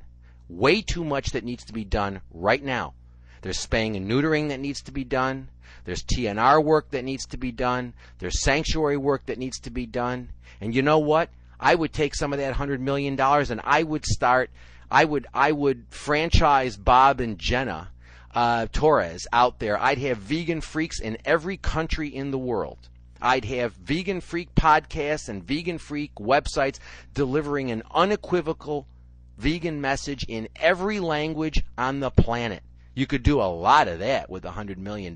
And you know what? At the bottom line, Eric, it would make a hell of a lot more difference. It would reduce a hell of a lot more suffering. It would lead much faster and more efficiently to abolition than focusing on cage-free eggs and gestation crate reforms.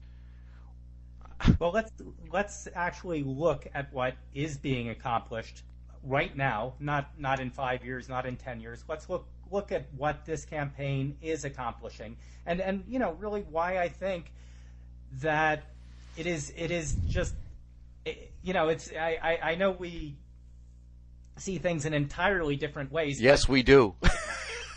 Yeah, but it baffles me that at a bare minimum, you can't acknowledge that the HSUS egg campaign has done tremendous good, and that Eric, you haven't even been in one of these places. You haven't even been in one of these places, and you're telling me that has done that. This has gone from Abu Ghraib to a minimum security Connecticut prison. You haven't even been in one. When you go to one, tell me about it.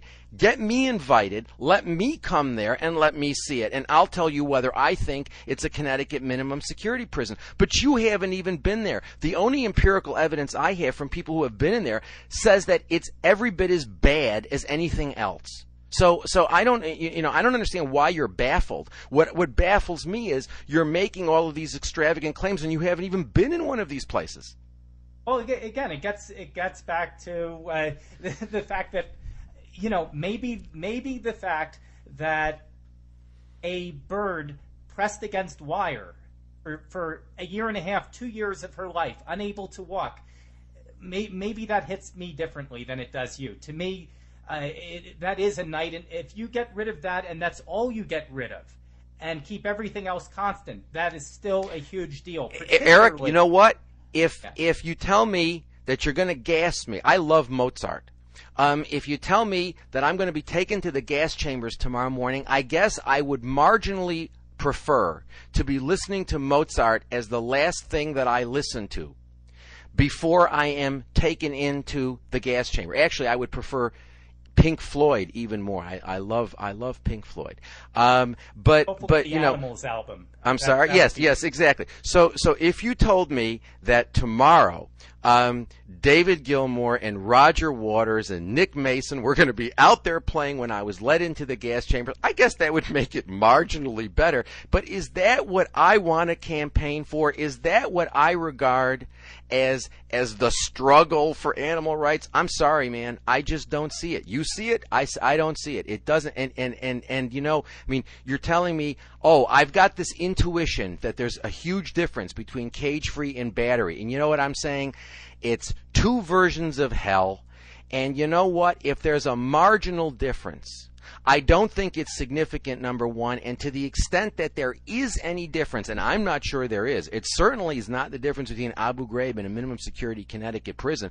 But I will tell you this, it is insidious, in my view, that you are telling people that this is a morally better thing to do, because what you are doing is encouraging consumption. And you know, Eric, the evidence is absolutely indisputable that there are a lot of people who are going from vegetarian, not to vegan, but back to eating more animal products because they feel that there are these great advances being made. I hear you all talk about the Whole Foods like it's heaven. Oh, isn't it just wonderful that people go to Whole Foods and they buy animals raised in accordance with the John Mackey animal compassion standards? I think that is monstrous, that you are telling people that that's a better way to live. That is nonsense. I don't think those animal compassion standards matter a bit. As a matter of fact, Darian Ibrahim, who's a professor at the University of Arizona, has an article coming out in Law and Contemporary Problems, and he sent me I have an article in the same journal, in which he talks about the animal compassion standards and how meaningless they are. But let me tell you, there's a Whole Foods near my house. When I started shopping there 10 years ago, it was called Fresh Fields. They didn't have any fresh corpses of cows or sheep or fish or anything. They didn't have any fresh corpse section at all. They sold animal products, but they didn't have a fresh section. Now they have a huge fresh section. And they have humanely raised this and humanely raised that, and little signs all over about the animal compassion standards. And it's interesting to me. I go there quite a bit because I buy my organic vegetables there. And unfortunately, they've driven a lot of the small health food stores out of business. But so I go there to buy my organic vegetables, and I frequently talk to people there. I know a lot of the people who work there, and I talk to people who are shopping there. I'm a very friendly and engaging guy. I love to talk about these issues. And what's really interesting is I made a comment to one of the people who works there. And I was walking past the meat and fish section, and I said, "Oh my God, this is disgusting." I looked at her, and somebody I know, a worker that I know, and I said, "This is really disgusting that you're working in this section and selling these corpses." And you know what her response was? Her response was, "Yes, but PETA gave us an award for our humane treatment of animals, which is true. PETA gave them an award. PETA also gave an award to Temple Grandin, who designed slaughterhouses. I mean, it blows my mind. But you know, I mean, this is the sort of thing. PETA gives an award to Whole Foods. It makes people feel better. And that is insidious, Eric. I really don't think that is something that we should be doing. It's certainly not something I think we should be doing, and I think I've got good reasons for thinking we shouldn't do it. You may disagree with me, in which case, God bless you. You know, you want to spend the rest of your life screwing around with gestation crate campaigns and telling people about how cage-free eggs are like, you know, the Connecticut minimum security prison. That's fine. But don't call me divisive, because I think that cage-free eggs are torture. That I think that telling people that cage-free eggs represent a significant change from battery eggs, I just think is wrong. And I think that encouraging consumption and making people feel, as Peter Singer very clearly says, ethically defensible. And I can, quote, respect people who are conscientious about eating animals that have been humanely raised. He says that in Animal Liberation. He says he doesn't disagree with killing animals for their eggs. He doesn't object to free-range eggs. You want to tell people that? Fine.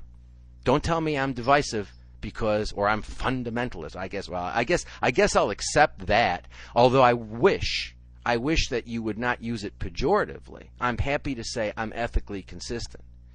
But don't tell me I'm being divisive because I disagree with that. That's not a question of being divisive, Eric. It's just a question of disagreeing and having good reasons to disagree. Okay, well, I personally don't think I'm screwing around with my life, but let's talk about this battery egg campaign and what it has accomplished, because I think to say that that's screwing around in light of its accomplishments is outrageous. Let me talk about 5 or 6 things that this campaign has that we can point to. And what are we talking about? Which campaign? Getting back to the elimination of battery cages from HSUS. Now, first of all, you were saying that that these alternative methods of animal production make people feel better about eating meat and eggs and so forth, and they're likely to eat more of that. Yes, I'm sitting here looking at a whole bunch of studies that show that. Okay, well, here's the thing. At wholesale, when cage-free eggs are sold at wholesale, they're approximately 40% more expensive than battery eggs.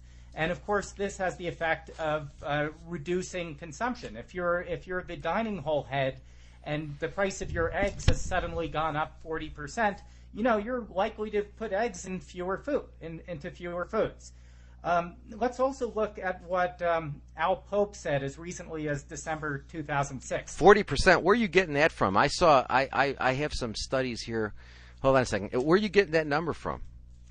It was off of some sort of literature, and I'd be happy to discuss that with you or have a further dialogue with you about it. But I'm pretty confident that it is representative. But I am normally very careful about footnoting things, and I don't have the footnote here. But I would be more than happy to revisit that and retract that statement if it's incorrect.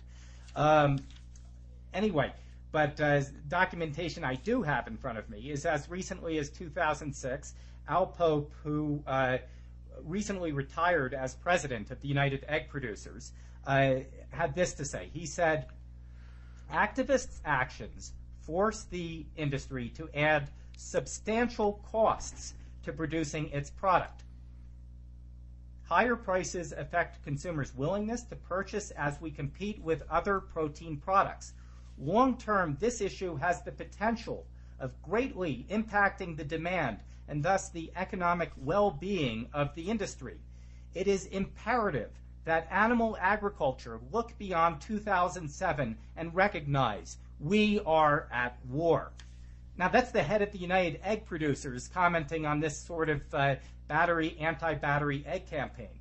And then later on, Pope's successor at the helm of the United Egg Producers discussed the problems posed by students when they're switching to cage-free eggs. And he went on record with this quote.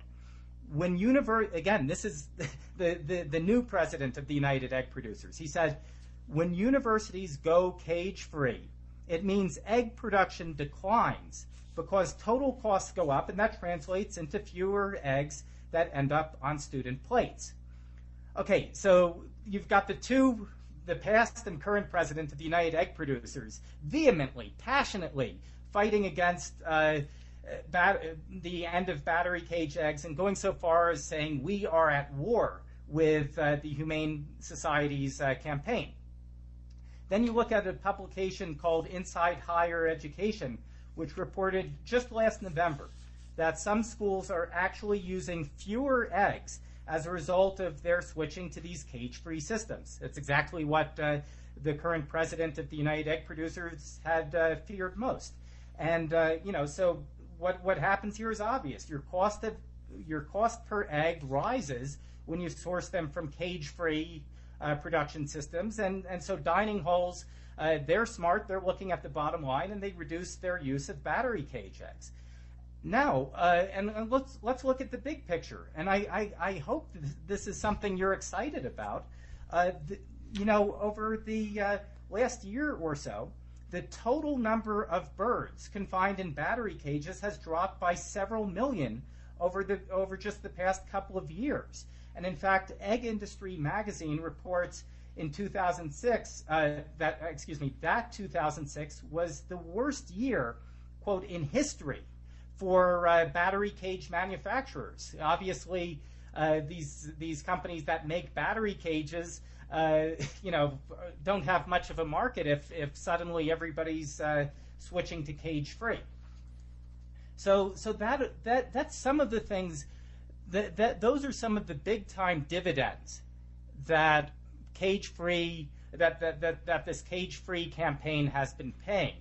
And it's not about making people feel good about what they eat. What it's about, Gary, is right now when you talk to people and you say, oh, animals aren't property and we have no business eating them or raising them or exploiting them. You believe that, I believe that, Wayne believes that, Paul Shapiro believes that. All these people, I think, who you dismiss as new welfareists, believe that every bit as strongly as you. Animals are not property and they don't deserve to be exploited. But we have to keep in mind that a huge, the overwhelming majority of our potential audience is not going to buy that argument. And when you tell the average person that animals are not property, the response you're likely to get back is, oh, yes, they are, and they are delicious. And so my question to you, Gary, is if somebody is that closed to accepting this opinion that you believe and that I believe so strongly, then what's next? What do you have for them next? In my case, if somebody is not willing to pull back from eating meat or milk or eggs, very often that person still is opposed to gratuitous cruelty. And if that's all they're willing to do, am I gonna jump it up and down and celebrate the fact that they're switching away from battery eggs and adopting cage-free? It's not going to be the best thing that has ever happened in my life, but I'm going to be darn happy that at a bare minimum they are moving to higher-priced, more ethically produced animal products and probably eating a whole lot less of them since they cost more. I guess what I want to ask you is, for a listener, when you're talking one-on-one, the guy next to you on the plane, and you're telling him that animals aren't property, and he looks at you like you're nuts, and he's totally unreceptive to that notion, what's next for you? What do you say? Well, first of all, I'm glad that you know about what I say about to people on planes next to me or to anybody. I can't remember a time in which I started off a discussion by talking about the property theory of animals. Generally, what I do is I talk to people about the companion animals they have and how much they love them, and etc. And then I try to tease out the fact that they engage in what I call moral schizophrenia by treating some animals as members of their family, and other animals they stick forks into, and that's an area that's an approach that I've had an enormous amount of success in. But let me, you've raised umpteen different things, some of which are related and some of which aren't. Let me just say, first of all, your numbers about egg costs are wrong, at least according to the Humane Society of the United States. The economics of adopting alternative production systems to battery cages. The report that HSUS issued indicates that the cost of cage-free eggs, the increased cost is anywhere between 8 and 24%. Okay, 8 and 24%, with most of those being, say, 21%, 19%, 15%, 12%, 12 to 18%, but basically no study shows that it's more than 24%. And according to the HSUS report, a 4.2 to 59% increase in the retail price of eggs would decrease demand 0.24 to 3.4%. At this elasticity, producers could, as a group, pass increased costs on to consumers without a loss in profits. That's the Humane Society of the United States. Okay? So your figures are wrong, at least according to HSUS, and if they're wrong, take it up with them. But they're saying that the increased cost is between 8 and 24%, and they're also talking about price increases are such that, and the elasticity of demand of egg products is such that egg producers can pass that along without any loss in profit, number one. Number two, as far as what we say to people who don't, I'm not really interested in designing campaigns. Look, Eric, there are going to be people who disagree. There are going to be people who aren't interested at all. So shall I design my campaigns and shall I target my efforts to the people who don't care? Last night I saw this movie, Amazing Grace. It wasn't a perfect movie, but it was certainly, given the grand scheme of horrible movies these days, it was a worthwhile movie to see. It was about Wilbur Wilberforce, who actually, with Richard Martin, I think this is accurate, that he started the RSPCA in England. But William Wilberforce was also an abolitionist with respect to slavery, and it was very interesting because he had to confront this very issue, that at the time that he decided that slavery should be abolished, most people thought slavery shouldn't be abolished. And yet he didn't propose that we ought to make slavery more humane. He took an abolitionist position continuously. And eventually he prevailed. So I'm not really interested in worrying about, are there some people out there who don't care? You use the expression gratuitous cruelty. I don't even know what the hell that means, Eric. I really don't even know what that means, gratuitous cruelty. What does that mean? We don't need to eat animals at all. Nobody maintains, it's 2007, nobody, not even the United States government, maintains that we need to eat any animal products to be optimally healthy. Indeed, an increasing number of mainstream healthcare people are telling us that eating animal products isn't good for us. So all suffering in connection with animals that we're raising for food is gratuitous. So I don't know what you mean when you say gratuitous cruelty. But are there people who don't care? Yes, Eric, there are people who don't care. And there are a lot of people who do care. And what I'm interested in doing is reaching those people. And when I reach them, the last thing in the world I want to tell them is, hey, look, you're going to go from Abu Ghraib to a minimum security Connecticut prison if you buy cage-free eggs. I'm not going to tell them that. I'm going to tell them, if they care about this issue, there's one choice. Go vegan. And you know what? Some people are going to turn off to that, and some people are going to turn on to that. And what I'm interested in is the people who turn on to it, because every person I turn on to it decreases demand. That's what we've got to do, is decrease the demand. And the way you decrease demand is to get people to stop using these products altogether. You don't do it by imposing opportunity costs that are so de minimis that producers can pass those costs along to consumers and not lose a cent of profit. Indeed, there is a huge markup. I don't know if you've shopped at Whole Foods recently, but they're making a lot of money. Those products are marked up tremendously. Those producers are making a tremendous profit. I don't think that's the solution. As a matter of fact, I'm sure it's not. Well, I can only point to what the egg people are saying. Oh, but Erik, the egg people. You know what? Jorge Santayana, he's a philosopher. He said those who don't know history are condemned to repeat it. I don't know if you're familiar with that. But you know what? Read your history. Go read your history and read the history of animal welfare. And you know what? You will find 13 trillion statements from animal producers that they object to this and they object to that and they object to this and they object to that, because that's what they do.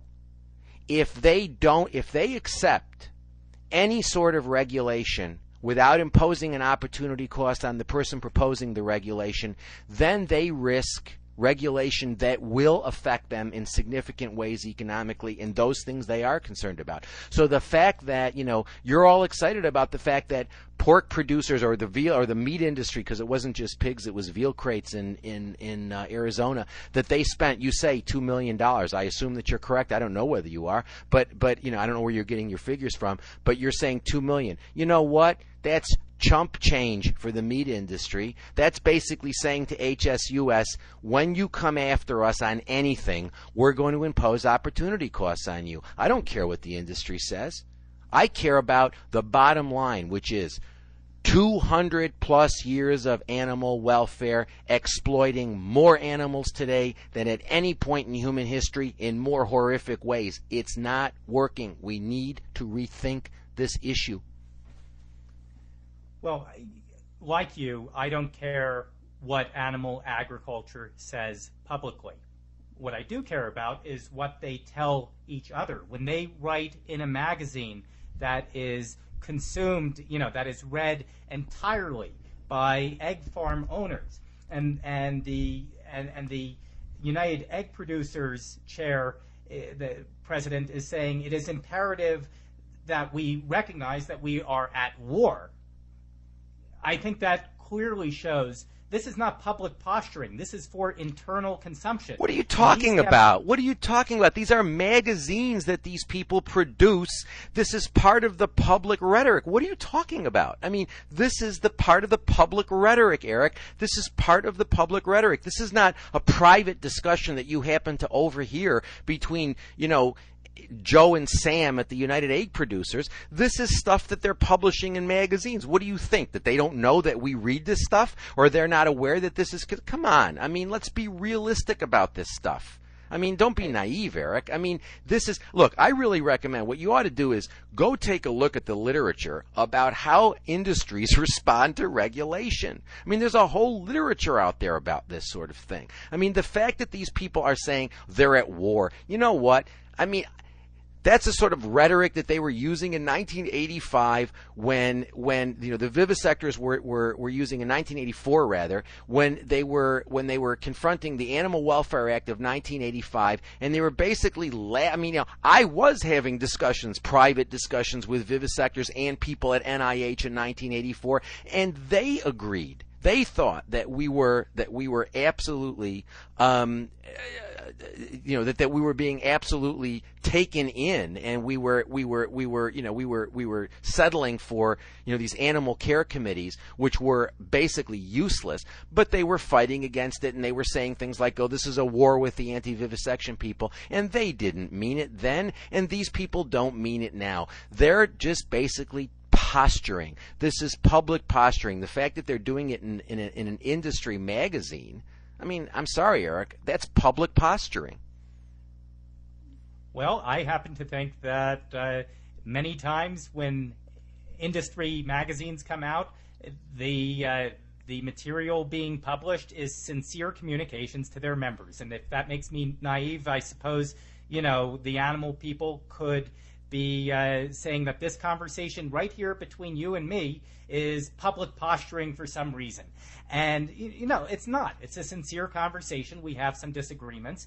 I mean, perhaps I'm naive, but perhaps you're too cynical. But in any event, and I'm a fundamentalist. Don't forget. I want to get back to that because I mean, you've raised so many things. It's hard for me to keep track of what I should return to. But the issue I have... We're going on 2 hours. That's fine with me. I'll go 10 hours. But, I mean, are your listeners going to listen to this for 2 hours? Maybe I'll have to split things up into a couple shows. Okay. Okay, so, I think... And yes, I think there are aspects of fundamentalist thinking. Now we've already... I think. And what does that mean, Eric? What does that mean? Tell me what that means. I'm trying to spell that out for you. Okay. There are, I think we'd agree, many definitions of fundamentalism, and are any of them positive? I think so. Oh, okay. So. Tell me which ones are positive. Let me tell you, if I personally believed, I don't, but if I personally believed that, that Jesus Christ was your only personal savior, and if you did not believe in him when you died, you were going to hell.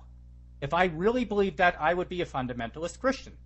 I wouldn't see any other ethical way to move on. Yes, and what do we think of as a fundamentalist Christian? We think of that person as somebody who basically has very, very intolerant views and has the political power to impose those views on other people.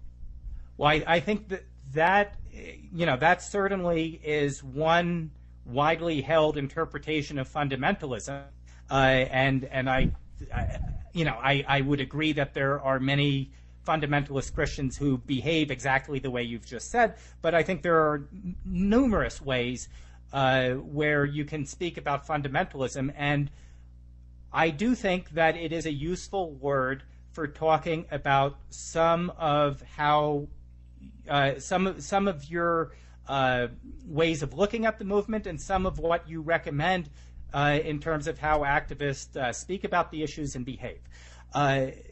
What bothers me about your writing and your public speaking is that, to me, I don't think that you adequately recognize the large portion of society who is just not going to buy in to the whole animals are not property sort of line.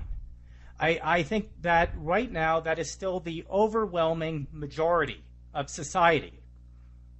Now, just like you, I really want every possible person out there, I want to be able to convince them that animals are not property, that animal agriculture is fundamentally corrupt, that we need to get rid of the entire industry. You and I are in absolute agreement about that, and I don't think you feel any more strongly about that than I do. I think we'll let your listeners judge that. Yeah. I think I hope they will, and you know what? I hope that you are even more passionate about this than I am. I really hope you are, because that the animals will only gain. I hope there's a million people out there more passionate and more effective than I am. But all I can say is I'm doing my best, and I care immensely about this. Now, I think where you and I differ is what happens. What do you have, Gary, for the, I don't know if it's 30% or 50% or 75%, but I know it's a high percentage of society who just is not buying. The people who will listen to your argument when they're sitting next to you on the plane, when you talk about their dogs, and when you talk about how the whole warm and fuzzy side animal, our relationships with animals, and you get warm and fuzzy. Warm and fuzzy. Yeah, of course. Isn't there? I'll happily admit that there is a strong emotional component to how we relate to animals. There is so Oh, much. I agree. There is so I wouldn't much call it warm. I think I wouldn't call it warm and fuzzy, just as I wouldn't call moral consistency fundamentalism. Labels do matter. But go ahead. All right. Well, I do not mean anything I say in an insulting way. I'm just trying to get us to have a useful exchange here. And if I want to be insulting towards you, I would choose far more pointed words than fundamentalism. I'm trying to be useful here. But children might be listening, though. God forbid. Hang on 1 second.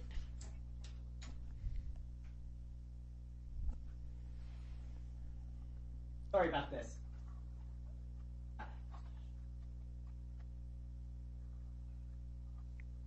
Are you still there? 1 more second.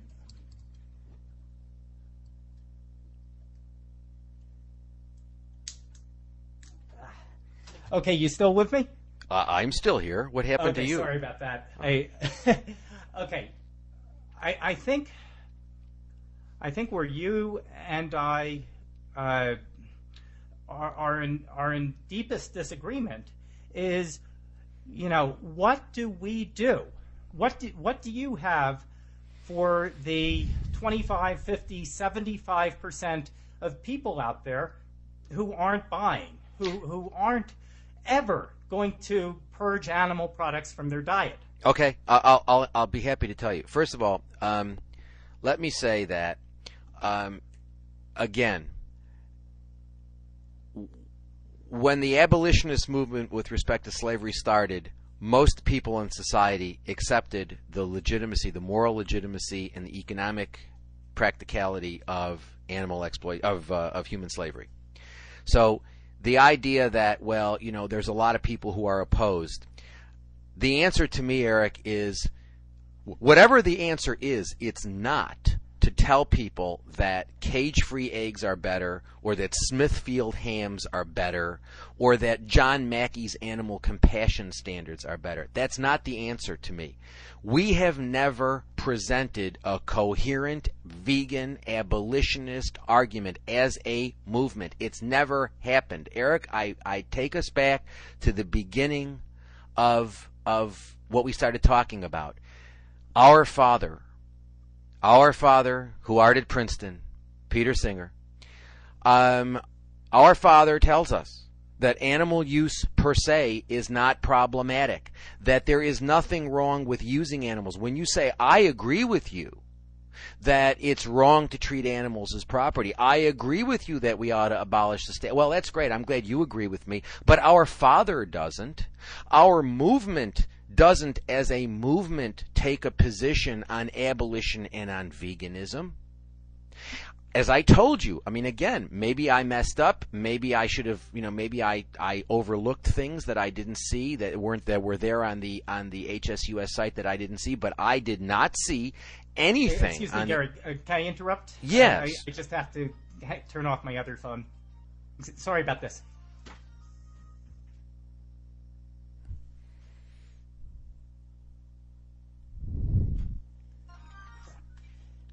Can I call you back?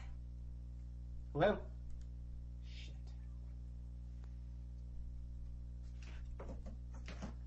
I'm so sorry, Gary. Can you go ahead? I'm terribly sorry. It's very interesting. While you were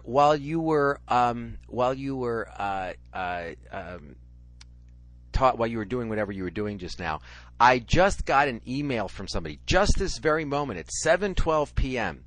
I got an email from someone forwarding me a response from Vegan Outreach saying that Francione's wrong, that animal welfare reforms don't increase animal consumption. Well, sorry, the empirical evidence is to the contrary. Isn't it interesting? But in any event,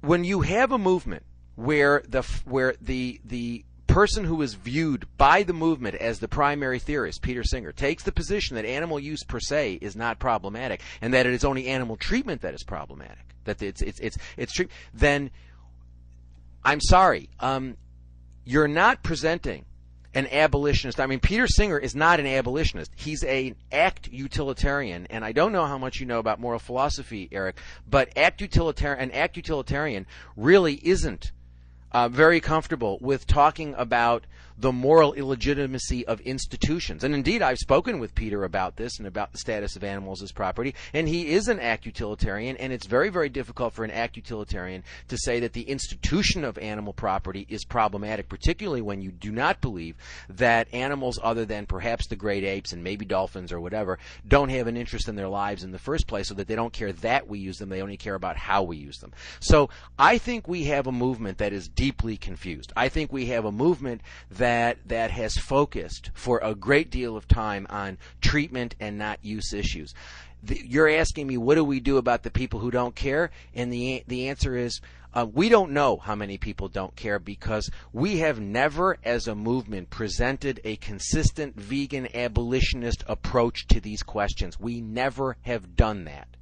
HSUS doesn't, Peter Singer doesn't, Vegan Outreach doesn't, none of these groups would, not even PETA. PETA used to many years ago when I was first involved with them in the early 1980s. Yes, they did. But that changed very, very quickly. These are now corporations. These are now corporations that are promoting what is in essence a very, very conservative, welfarist line. You know, and when you're telling people, oh yeah, it's better if we don't use animals at all, which some of these groups say, from what I can tell, not HSUS, again, maybe you can point me to some things that are abolitionist, but when you're saying to people, well, you know what? You can behave morally if you exploit animals more gently. You know what people will do, Erik?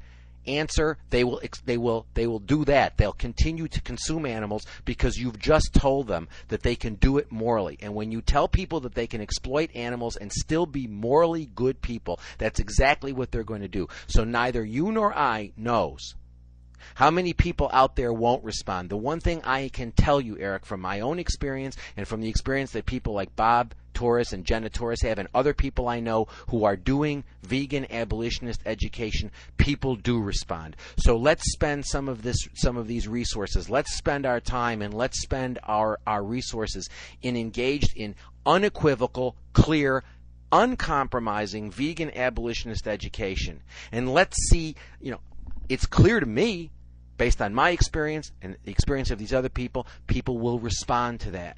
So let's build a movement of people devoted to abolition. Let's attack the problem as a matter of demand. Let's get people to decrease demand by stopping use, not by purchasing something that is slightly more expensive, where the increased cost can be passed along to the consumer, where we don't move away from the property paradigm at all. Let's get people to focus on use and on let's get them to apply the principle of abolition to their own lives. That's what veganism is, Erik. It's not, as you know as well as I do, it's not just a matter of diet. It's a matter of applying veganism and nonviolence, which is another important thing. And it disturbs me that the movement, that any significant part of the movement is in favor of violence, because I'm violently opposed to violence. I think it's a terrible idea. But veganism is the application of the principle of nonviolence and the principle of abolition to the life of the individual, and that's extremely important. Let's build a movement of people who see that moral vision clearly, and you know what? We could change the world. Just like William Wilberforce, who started off in a country of people, all of whom thought he was crazy for opposing slavery, but he kept on fighting. My view is, you take all the energy, take all the HSUSs and the PETAs and the vegan outreaches. If we all spoke with one voice, if we all put all of our energy, all of our resources, all of our labor into a clear, unequivocal vegan message, we could change the world, my friend. I'm absolutely confident of it. And we ain't going to change the world by telling people, oh yeah, there's a difference between cage-free eggs. It's like Abu Ghraib versus a minimum security Connecticut prison. It's never going to happen. I think we should... the thing is how passionately we disagree and how much we agree on. Because I could not agree more that we need to speak with one voice about property and about the absolute corrupt nature of animal agriculture to everyone who's receptive to that. Let me ask you a question, Erik. If you really believe that, why aren't any of my books on your list of books that you recommend? Not one of them. Oh, well, I'll tell you flat out, because, to be totally frank, yeah, I think that it is so obvious and so apparent that welfare reform can and does eliminate enormous amounts of suffering, just enormous, and to have the opinion that it does not, it's just shocking. It's not something that people should even be reading, right, Erik? Oh, it's not. That's not a question of that. What it is a question of is, honestly, I have not picked up your books, and I don't suspect that you've picked up mine. But I have not read your books because what I know about what you've said about welfare reform strikes me as so completely and obviously incorrect that until you got on the Vegan Freaks a couple weeks ago, I wasn't motivated to even engage with what you had to say or to listen. That's a fascinating response on multiple levels, but I'll just let it go. I'll let my comment on that just go with that. Yeah, well, I believe there are plenty of people out there who have seen the sort of who recognize the profound and enormous differences that are present between between standard factory farms and what reforms can create. Now, nobody or practically nobody views this as happy meat. I regard that as a completely disingenuous phrase. I think, like I said, nobody wants to be in prison, and you don't like the Connecticut metaphor, but, the truth is prison, and prison always sucks. But, to not be on the side of getting rid of vast amounts of cruelty when it can be done in a 10-minute phone call, when you could call your dining hall head at Rutgers and get tens of thousands, maybe hundreds of thousands or tens of thousands of birds off of battery cage floors. I just cannot understand, frankly, why anyone would be opposed to doing that. I reiterate, you have never been to a cage-free facility, and the evidence that we have indicates that cage-free facilities are hideous. And the idea that you think that you haven't even been to one of these places, but yet you're telling everybody that there's a huge difference and that what they ought to do tomorrow is go to their dining facility and try to tell people that cage-free eggs are good, rather than educate them about why they shouldn't be eating eggs at all and getting vegan options, taking some of the $100 million that some of these organizations are sitting on top of to facilitate the introduction of vegan meals in these places is just, hey, look, as I said, if this is what you want to do with your life, fine. But there's a sociologist at the University of Bangor in Wales. His name is Roger Yates, and he described, I believe, with respect to you, he described your views as having a poverty of ambition. If this is what you wish to do with your life, if these are the sorts of campaigns you wish to pursue, hey, it's still a free country. I don't know how much longer it will be, but it's still a free country. Do it.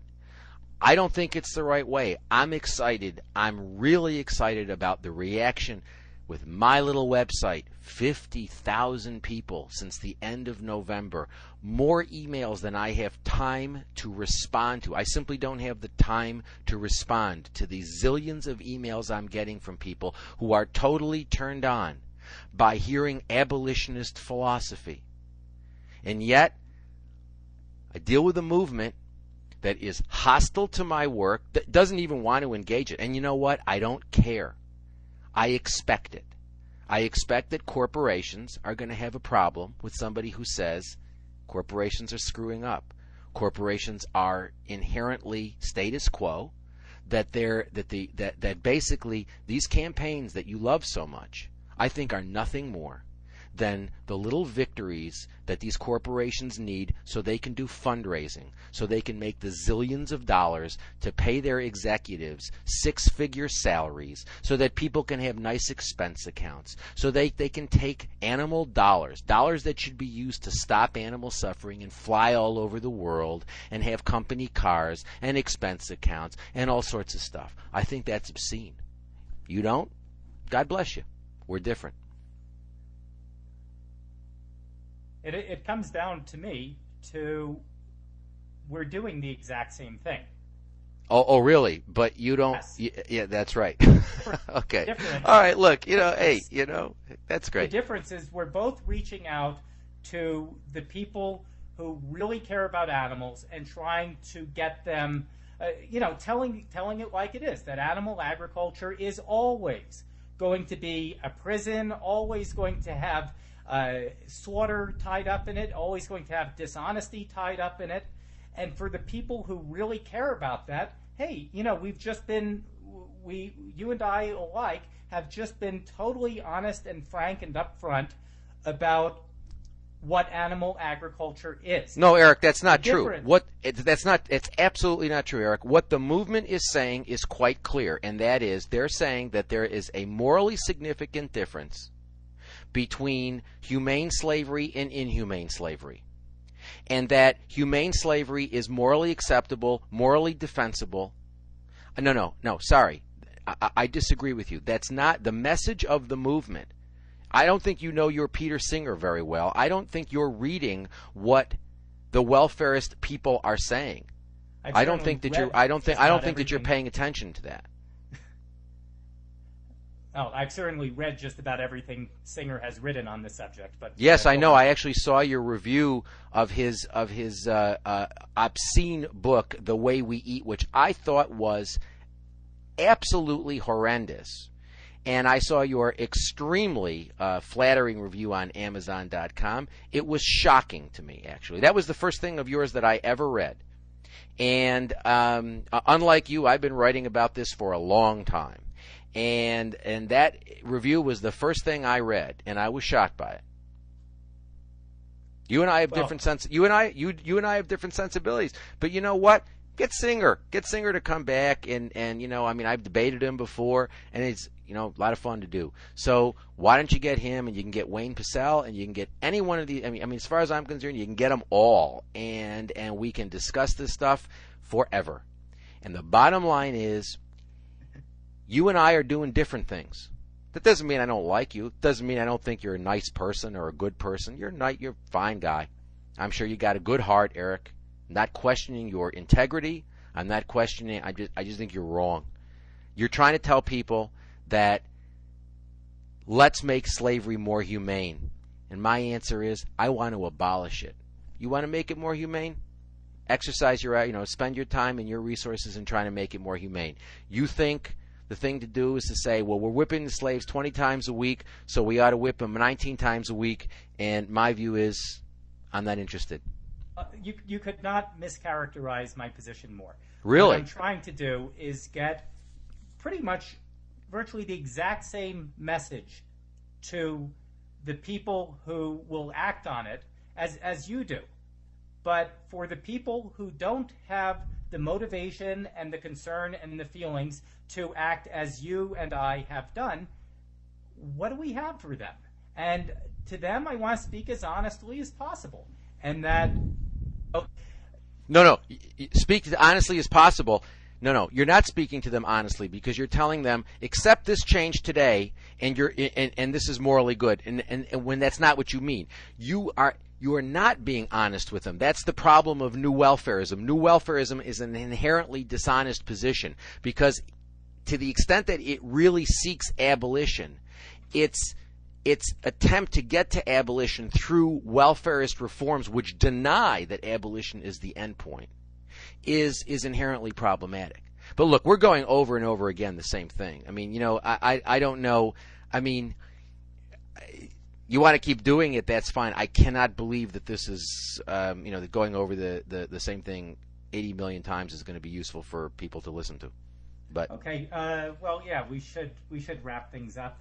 Well, I guess why don't we just try to see what we do agree on as we wrap things up. I think clearly you want to work on a message that reaches really only the people who are going to go whole hog, if you will, and go vegan.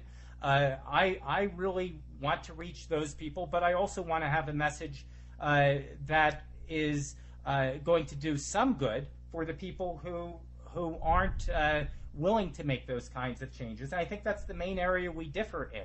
And in the grand scheme of things, I don't think it's that big of a deal. Really, because I'll tell you what. Okay, tell me why. There is something 10 times, 100 times more important than anything we're discussing right now. And what is that? And that is, I think the majority, maybe the vast majority of vegans out there, the vast majority of people who are concerned about animal protection, hardly ever, if at all, lift a finger to do something to actively work to dismantle animal agriculture. And I hope that one of the things that you and I could absolutely agree on is, you have your way of looking at things, I have my way of looking at things. Some people will gravitate towards what you're saying, others will gravitate towards what I'm saying. I'm thrilled as long as somebody comes on, and I don't care if they gravitate towards you or to me, but I just want to make sure that people are, that virtually every vegan out there is getting out to colleges and doing activism, helping to fund effective groups, giving their time in ways that will make a difference, because I don't think we're getting 1 or 2% of our base actively involved in making a difference, and that more than any kind of dispute over welfare versus abolishing certain cruelties versus total abolition, that more than any dispute, getting people involved is what we need more than anything else.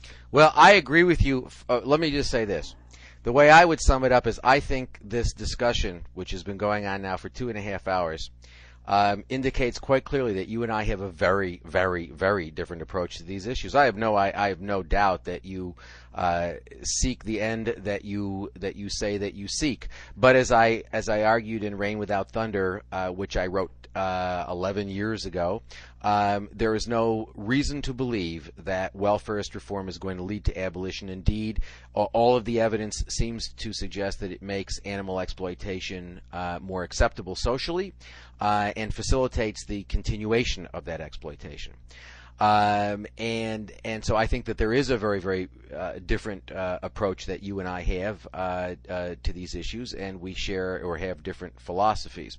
As far as getting people motivated, I couldn't agree with you more, and let me end my participation in this by saying one of the worst things that has happened is that animal activism has become sitting and writing a check to HSUS or to PETA or to Friends of Animals or to any one of these other corporations. That's what animal activism has become. And if there is ever going to be a real change, people need to do things, and they need to understand that if there is going to be a significant shift in our thinking about these issues, it ain't going to come from dictates of big multi-zillion-dollar corporations. It's going to come from the grassroots. I said that 20 years ago. I will continue saying that because I believe that it's right, and I believe that the past 20 years has shown the evisceration of the movement, which has moved in the direction of activism is a matter of writing a check to a national organization. You want to change the world? Get out there.